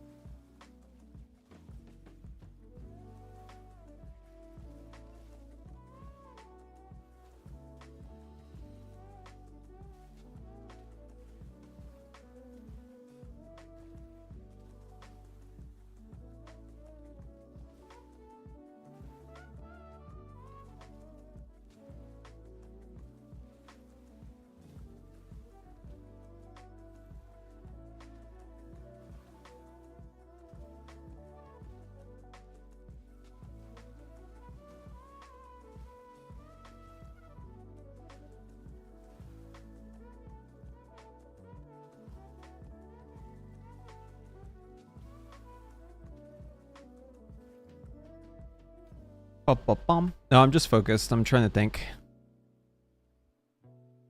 That's my thinking face. You've informed me of some really nifty things I never knew about WoW. You deserve more than a measly Prime sub. That's what I give you. Thank you. Appreciate that. Now, so I was making, so I made a couple mistakes there. Number one, shifting power was, I used it like way too late. Number two, I shouldn't be Comet Storming in Icy Veins. I'm pretty sure it says that. Yeah, right here. So only while Icy Veins is down.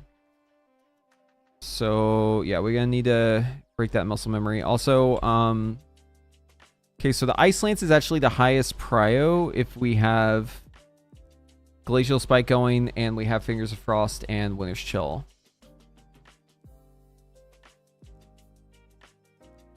Does SS Frost like Mastery more or Verse? Verse. So Mastery is bad. Because they've added so many things that Mastery just like doesn't affect.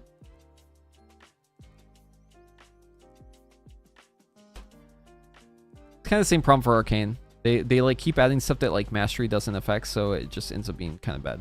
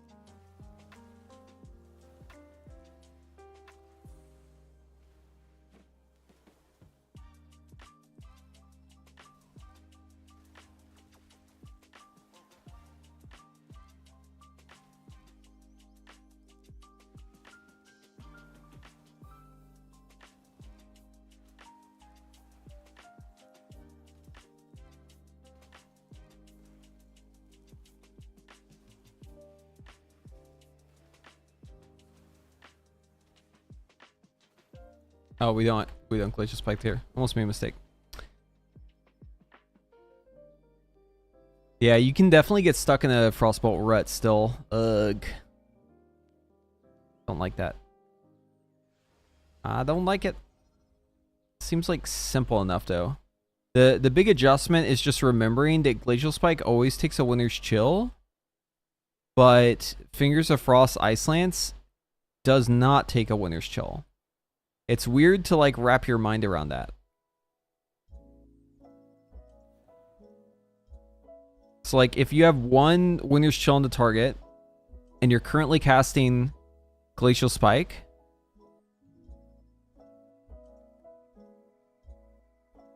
right, so right here, if previous GCD is Glacial Spike, remaining Winter's Chill 1, buff Fingers of Frost react. The reason why it's having you do this as your top priority is because the Ice Lance travels faster than the Glacial Spike. So you actually get one extra use because the Glacial Spike is going to take up the last Winter's Chill. It's going to take it and it's going to steal it away. So you'll lose that Winter's Chill. So if you queue the Ice Lance from the Glacial Spike, what's going to happen is the Ice Lance travels faster and you get one extra Winter's Chill Glacial Ice Lance that you wouldn't have normally gotten. And that's why it's at the highest point of this priority here, even above Frozen Orb. Because getting that one extra Ice Lance in there is super worth. It's just a free fucking Ice Lance. But you have to have Fingers of Frost and you have to have Winter's Chill. If you have two, there's no rush. You can do it later. You can do the Frozen Orb. It's only if you have the one Winter's Chill, you have Fingers of Frost, and Icy Veins is up, importantly.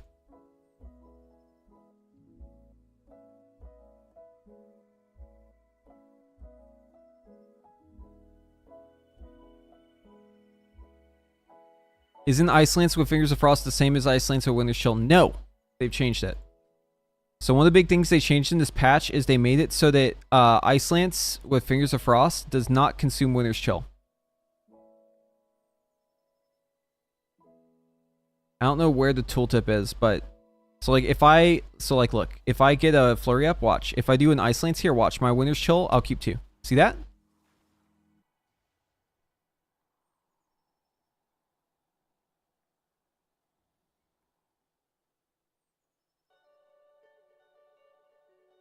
So what's happening is if you didn't queue the Ice Lance from the Glacial Spike, what would end up happening is you would lose your last Winter's Chill and that Ice Lance wouldn't have a Winter's Chill.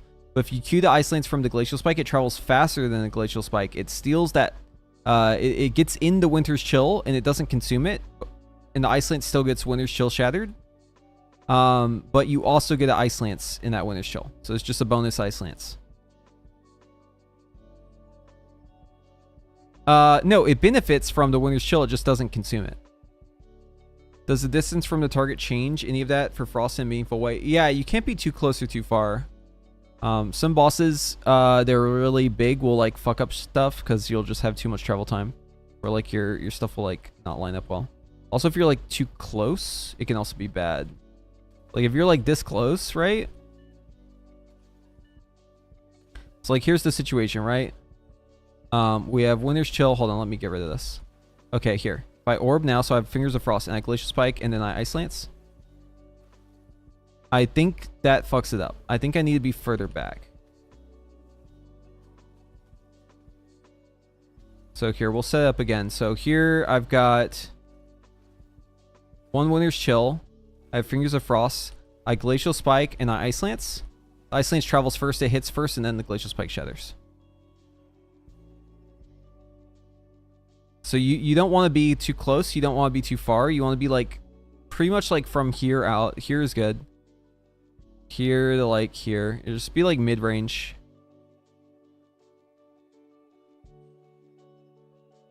Yeah, if you're too close, all your stuff fucks up because it's all on impact. So like your spells, it just kind of like breaks everything if you're too close. No, there's you are wasting. You are wasting because of this talent here.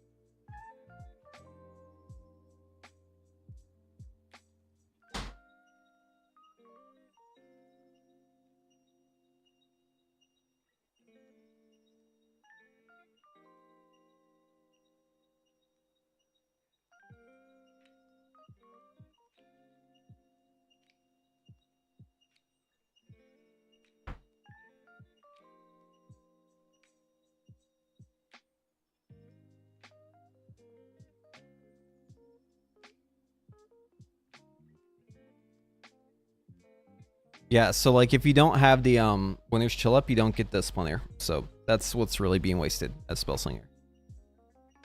For for Frostfire, maybe it doesn't matter. I don't know. I haven't looked into it. Spellslinger's ahead, so this is the one I'm learning.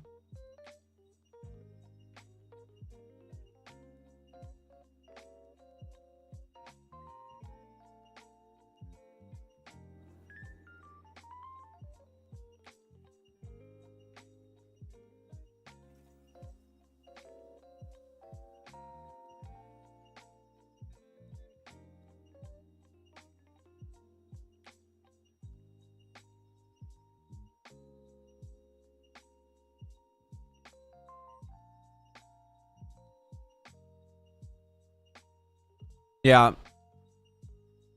I honestly, I don't know enough about it to get into like more detail, but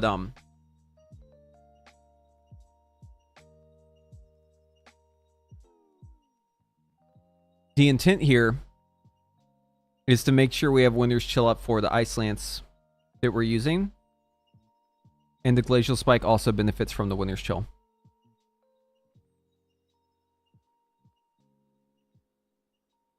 The tooltips in this game are never to be trusted.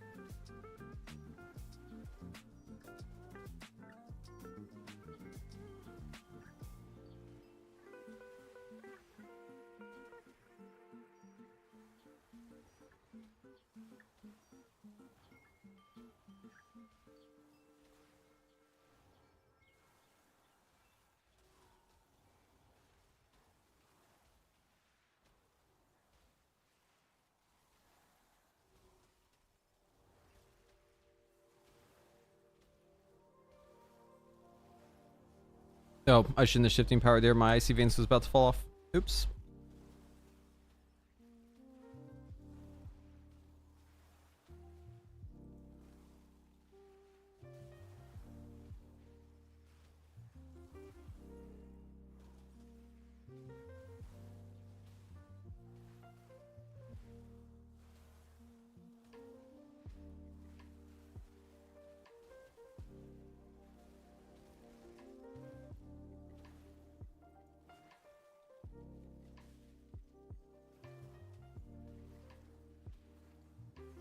I'm getting the hang of this.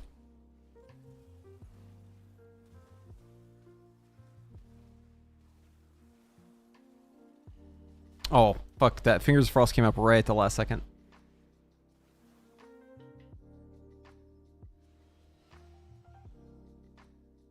When reviewing your Frostfire log, Meteor Comet Storm damage is probably a big indicator, because if there's any AoE and you aren't min-maxing the AoE, it's probably bad. I'm many ice lances you had without Winter's Chill?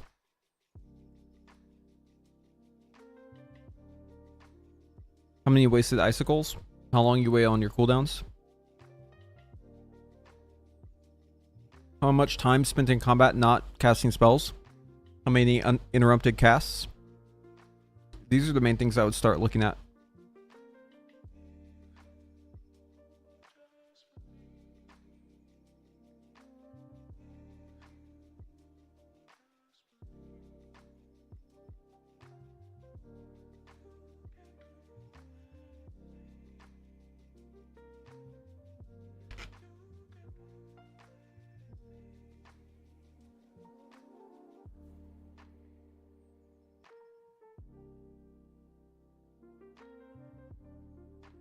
You looking into Fire or Frost more for Season 2? I'm hoping for Fire to be better. But I'm also slowly accepting the fact that Frost is just better. For a lot of the bosses. It's probably going to be better with the nerfs they just put out. Because both Frostfire and Sunfury Fire just got nerfed. For some reason. So I'm learning Frost. For the testing tomorrow.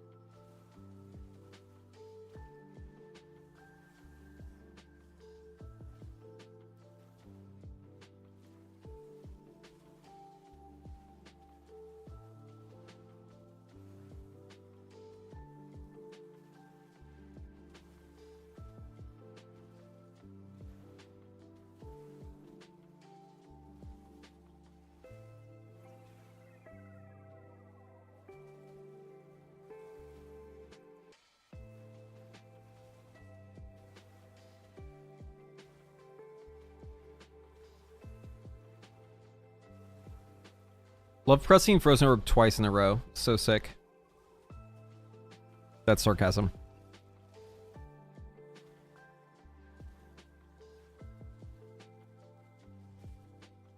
Aw, damn, that flurry fell off right before my Glacial Spike hit. Sedge.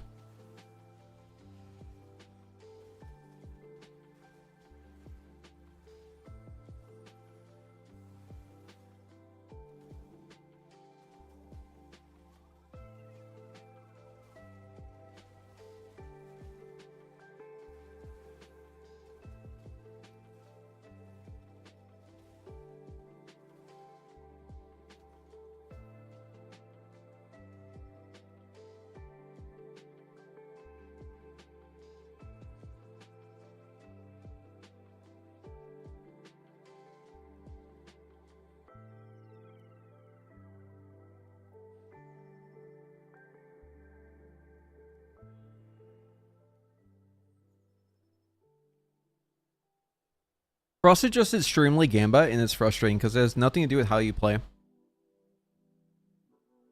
Like, whenever you play Frost, how well you do is like... It's dependent on two things. It's like 50% how you play, and then 50% what the gods decide.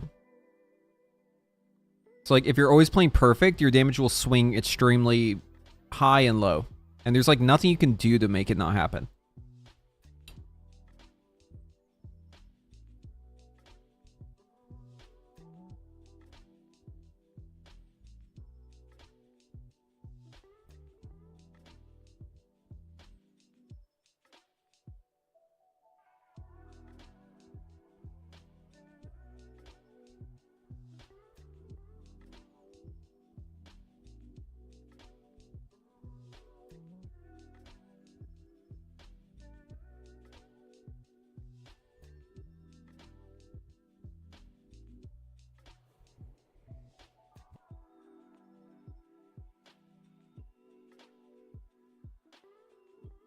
You gotta pray to Khadgar to bless you with good RNG.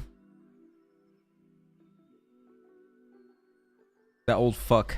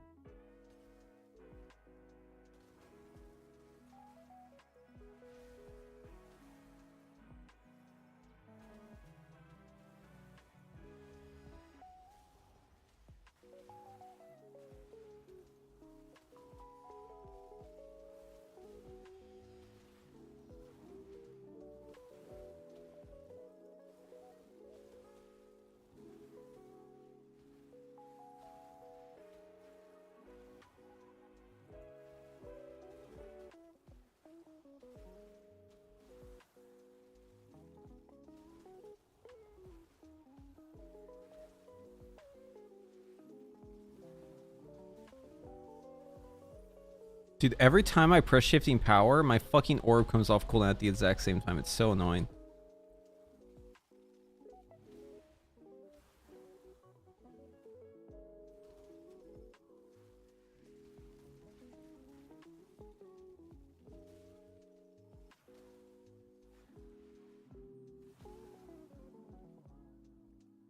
I swear it's programmed to do that. Yes, dude.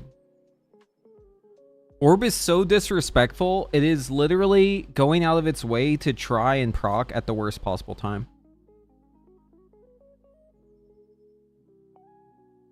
It's like a brat, dude. Orb is a fucking brat.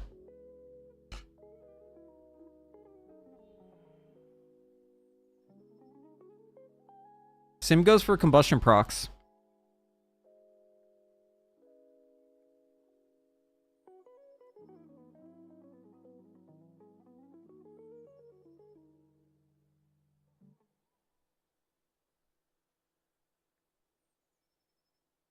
At least in the case of combustion procs, though, it makes your cooldown on Fire Blast and Phoenix Flame shorter, so like you still get something out of it.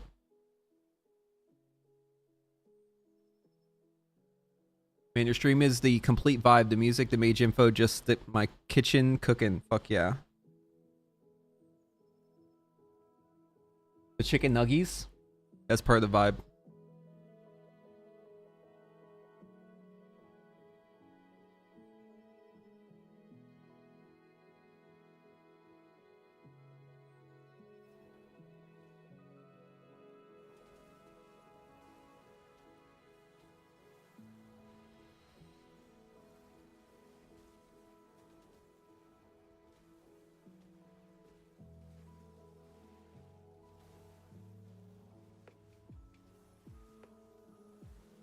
Dude, ain't no way.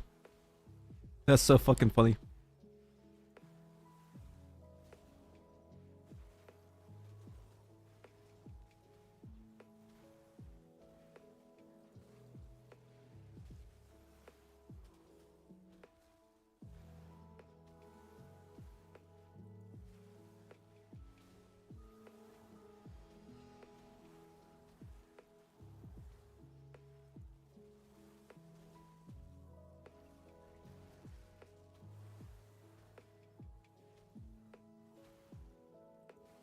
Oh, it's gonna fall off.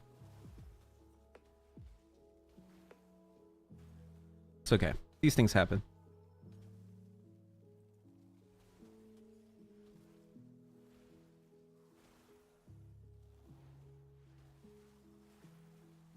Ah!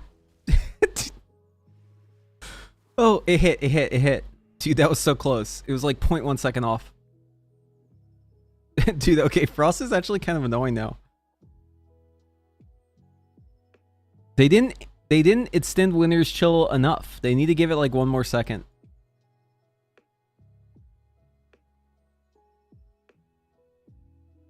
Either that or you just like need a whole lot more haste.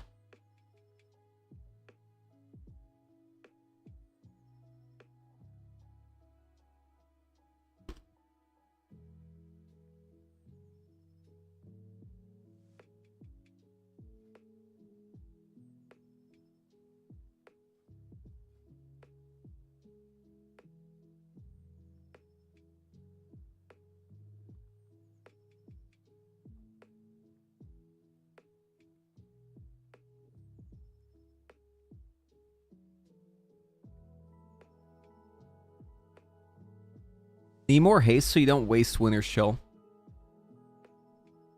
I have like way too much mastery right now.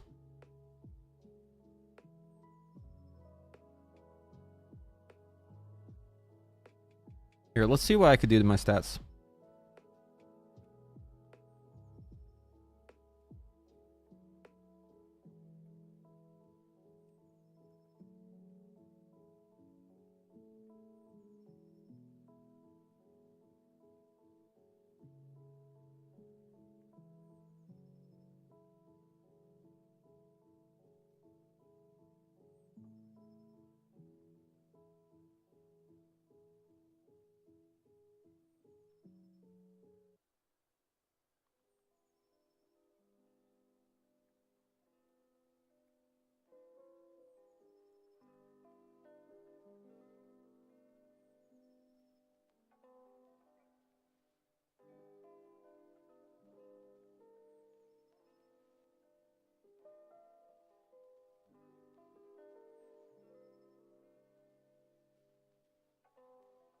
Just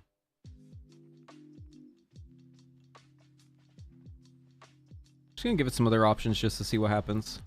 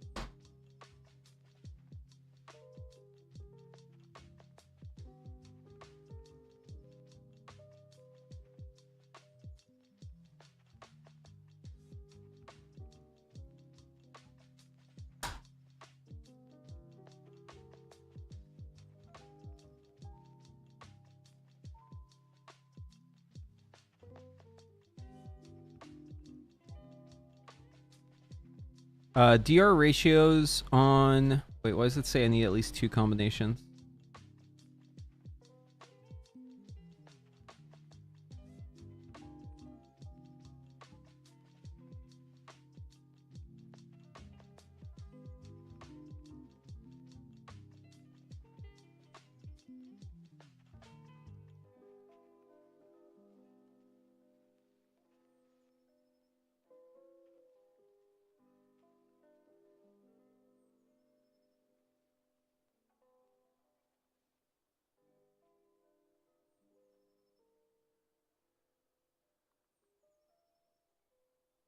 I'm not sure if it works. I'm using Mimiron, not raid bots.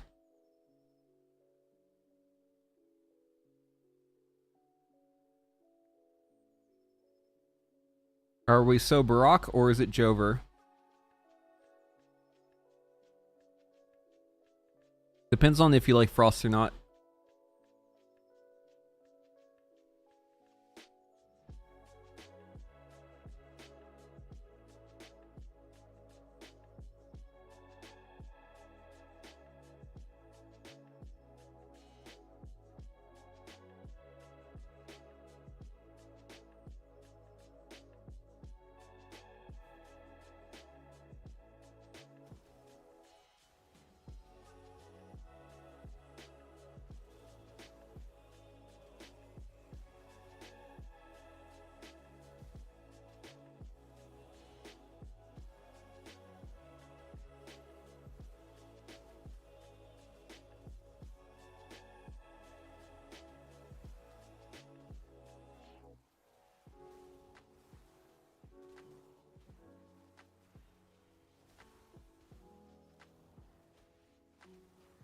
Nope.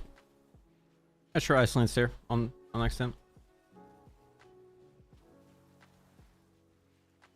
Accidentally queued it up and I couldn't stop it. It's too late.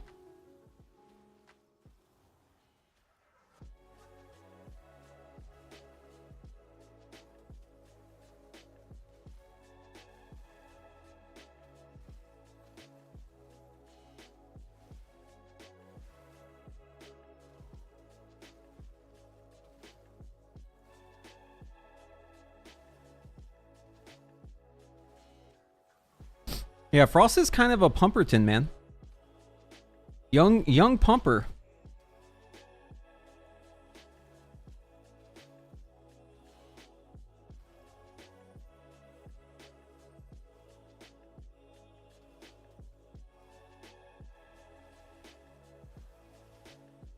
A little weird to get used to though. I have to practice in the raid because I'm not going to be able to just get it down without a little bit more practice.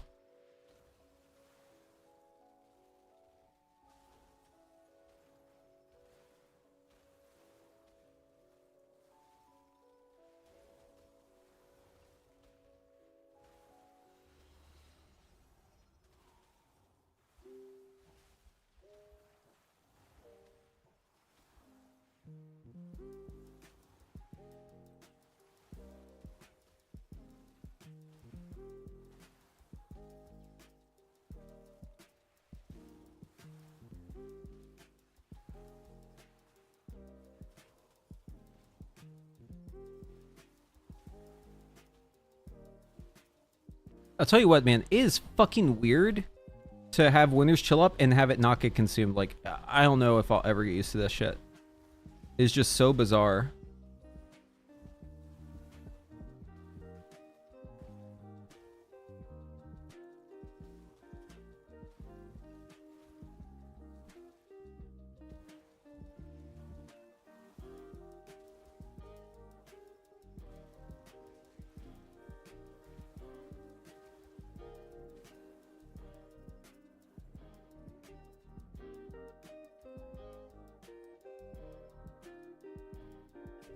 Oh, really?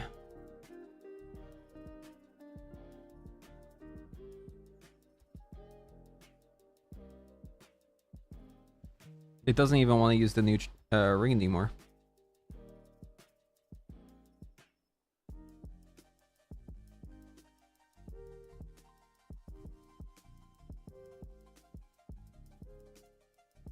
Oh, I'm using the wrong one. That might be why.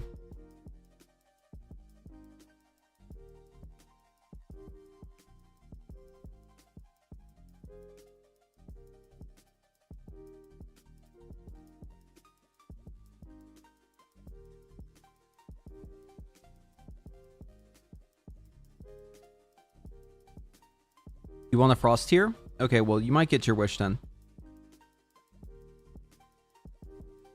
Maybe we're so Barack.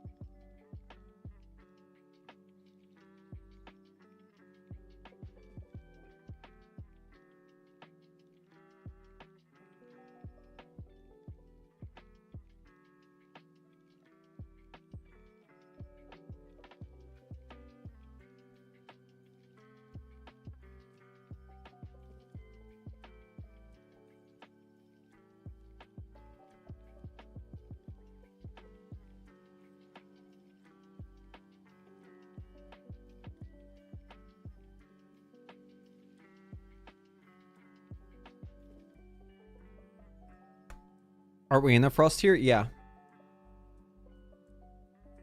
I'm saying like mage in general. Yeah, Winter's Chill mechanics were very unintuitive to learn. I thought my UI was bugged and had to Google to figure out what I was doing. Okay, hear me out. Hear me out. What if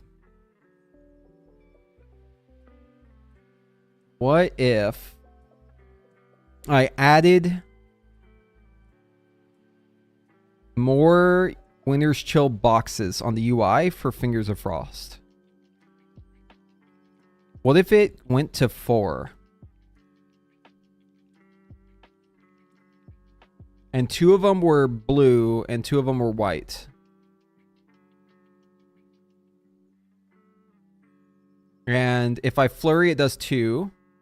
And if I get a Fingers of Frost, it adds 1 to it.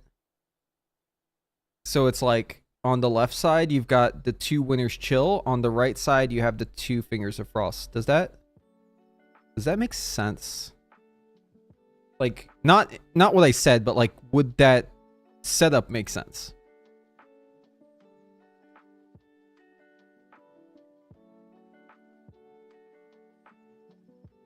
Because I'm finding myself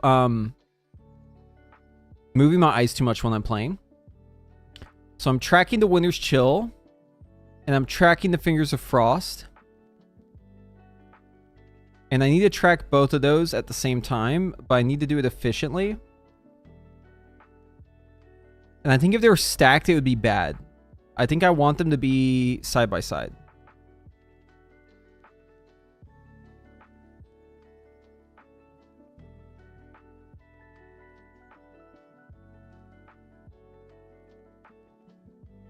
So like,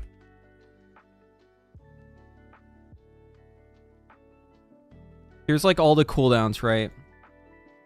And then it's like Winter's Chill 1, Winter's Chill 2. And then maybe there's like a gap in between. And then it's like Fingers of Frost 1, Fingers of Frost 2. And then it's like, so like if it was like 1 Winter's Chill, 1 Fingers of Frost. So if I see this, I know I actually have 2 because 1, 2, right? Whereas if I see this, I know I actually have 3, right? 1, 2, 3. And if I see this, I know that it's like not even, there's no Winter's Chill. Like it's not a thing.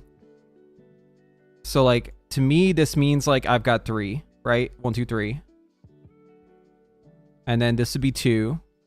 But it also means I need to queue this one from this one, right? If it's like this, I know I need to queue the Ice Lance from the Glacial Spike on the Winter's Chill. I feel like this might make sense.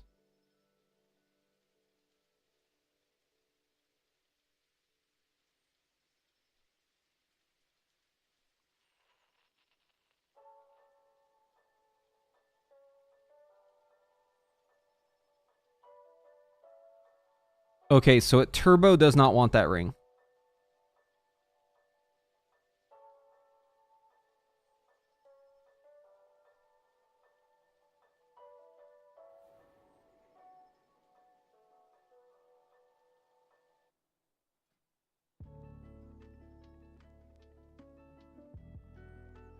It actually wants me to put verse on this crit ring. It's crazy this crit ring is beating out a ring that's like so much higher I am level than it.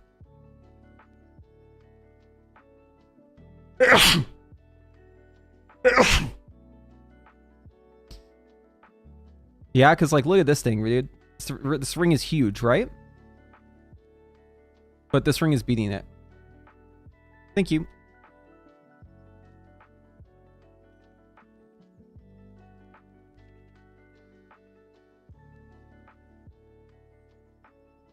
I guess my crit was kind of low too, though. So maybe that's part of the reason why. Oh, yeah. So I was talking about this before and then I got sidetracked. So haste DRs. It does, yes. Every secondary stat DRs. For haste, it's... Well, I think for everything, it's like 30%, and that's 30% of what it had. But if I remember correctly, the first breakpoint for haste... I'm not sure if it's exactly 12,000. For some reason in my head, I also remember 18,000 being a breakpoint. Wait, hold on. What's 30% of 12,000? Like what? 4,000, right? 3,000. Okay, so that'd be 15.6. No, I don't think that's it.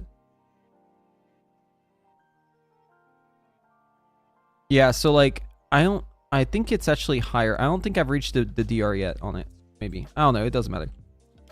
All that matters is what the sim tells me my best setup is. And it says that my best setup is crit ring with crafted haste. See if I can craft a better one.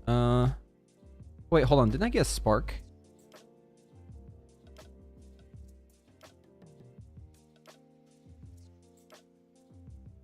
I did. They get new crests too. Gilded crests. I have 16 gilded crests. Wait, you actually get these from Mythic Plus. That's funny. Wait, so I need to run Mythic Plus so I can upgrade my ring on PTR. Wait, hold on. What's this?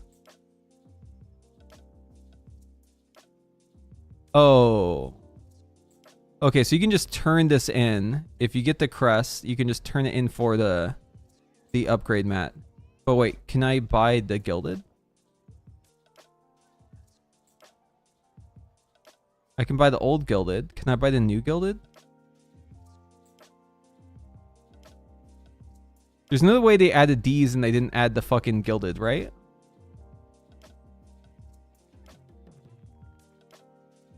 Right? Right? Right, guys? There's no way, right? Right? No way, right? There's no way they did this, right? Right, guys? Right? There's no way, right? Right? Guys? There's no way they did this, right?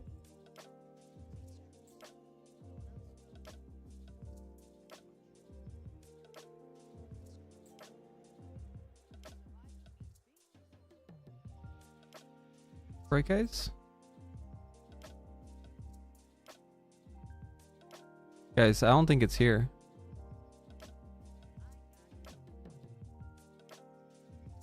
Oh, wait, hold on, hold on. Oh, it's the old shit. God damn it.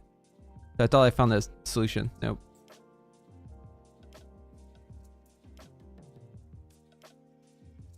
There's gotta be like a gilded bag, right?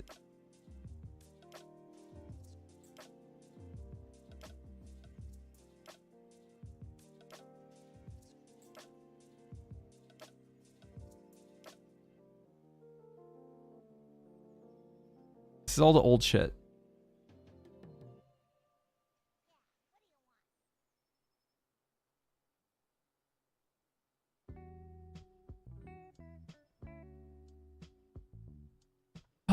There's no way I'm farming fucking crest on PTR, dude. There's no way I'm farming crest on PTR. There's no way I'm farming crest on PTR, dude. I will not let myself do this. I will not farm crest on PTR. No one can convince me to do it. I won't do it. I won't do it.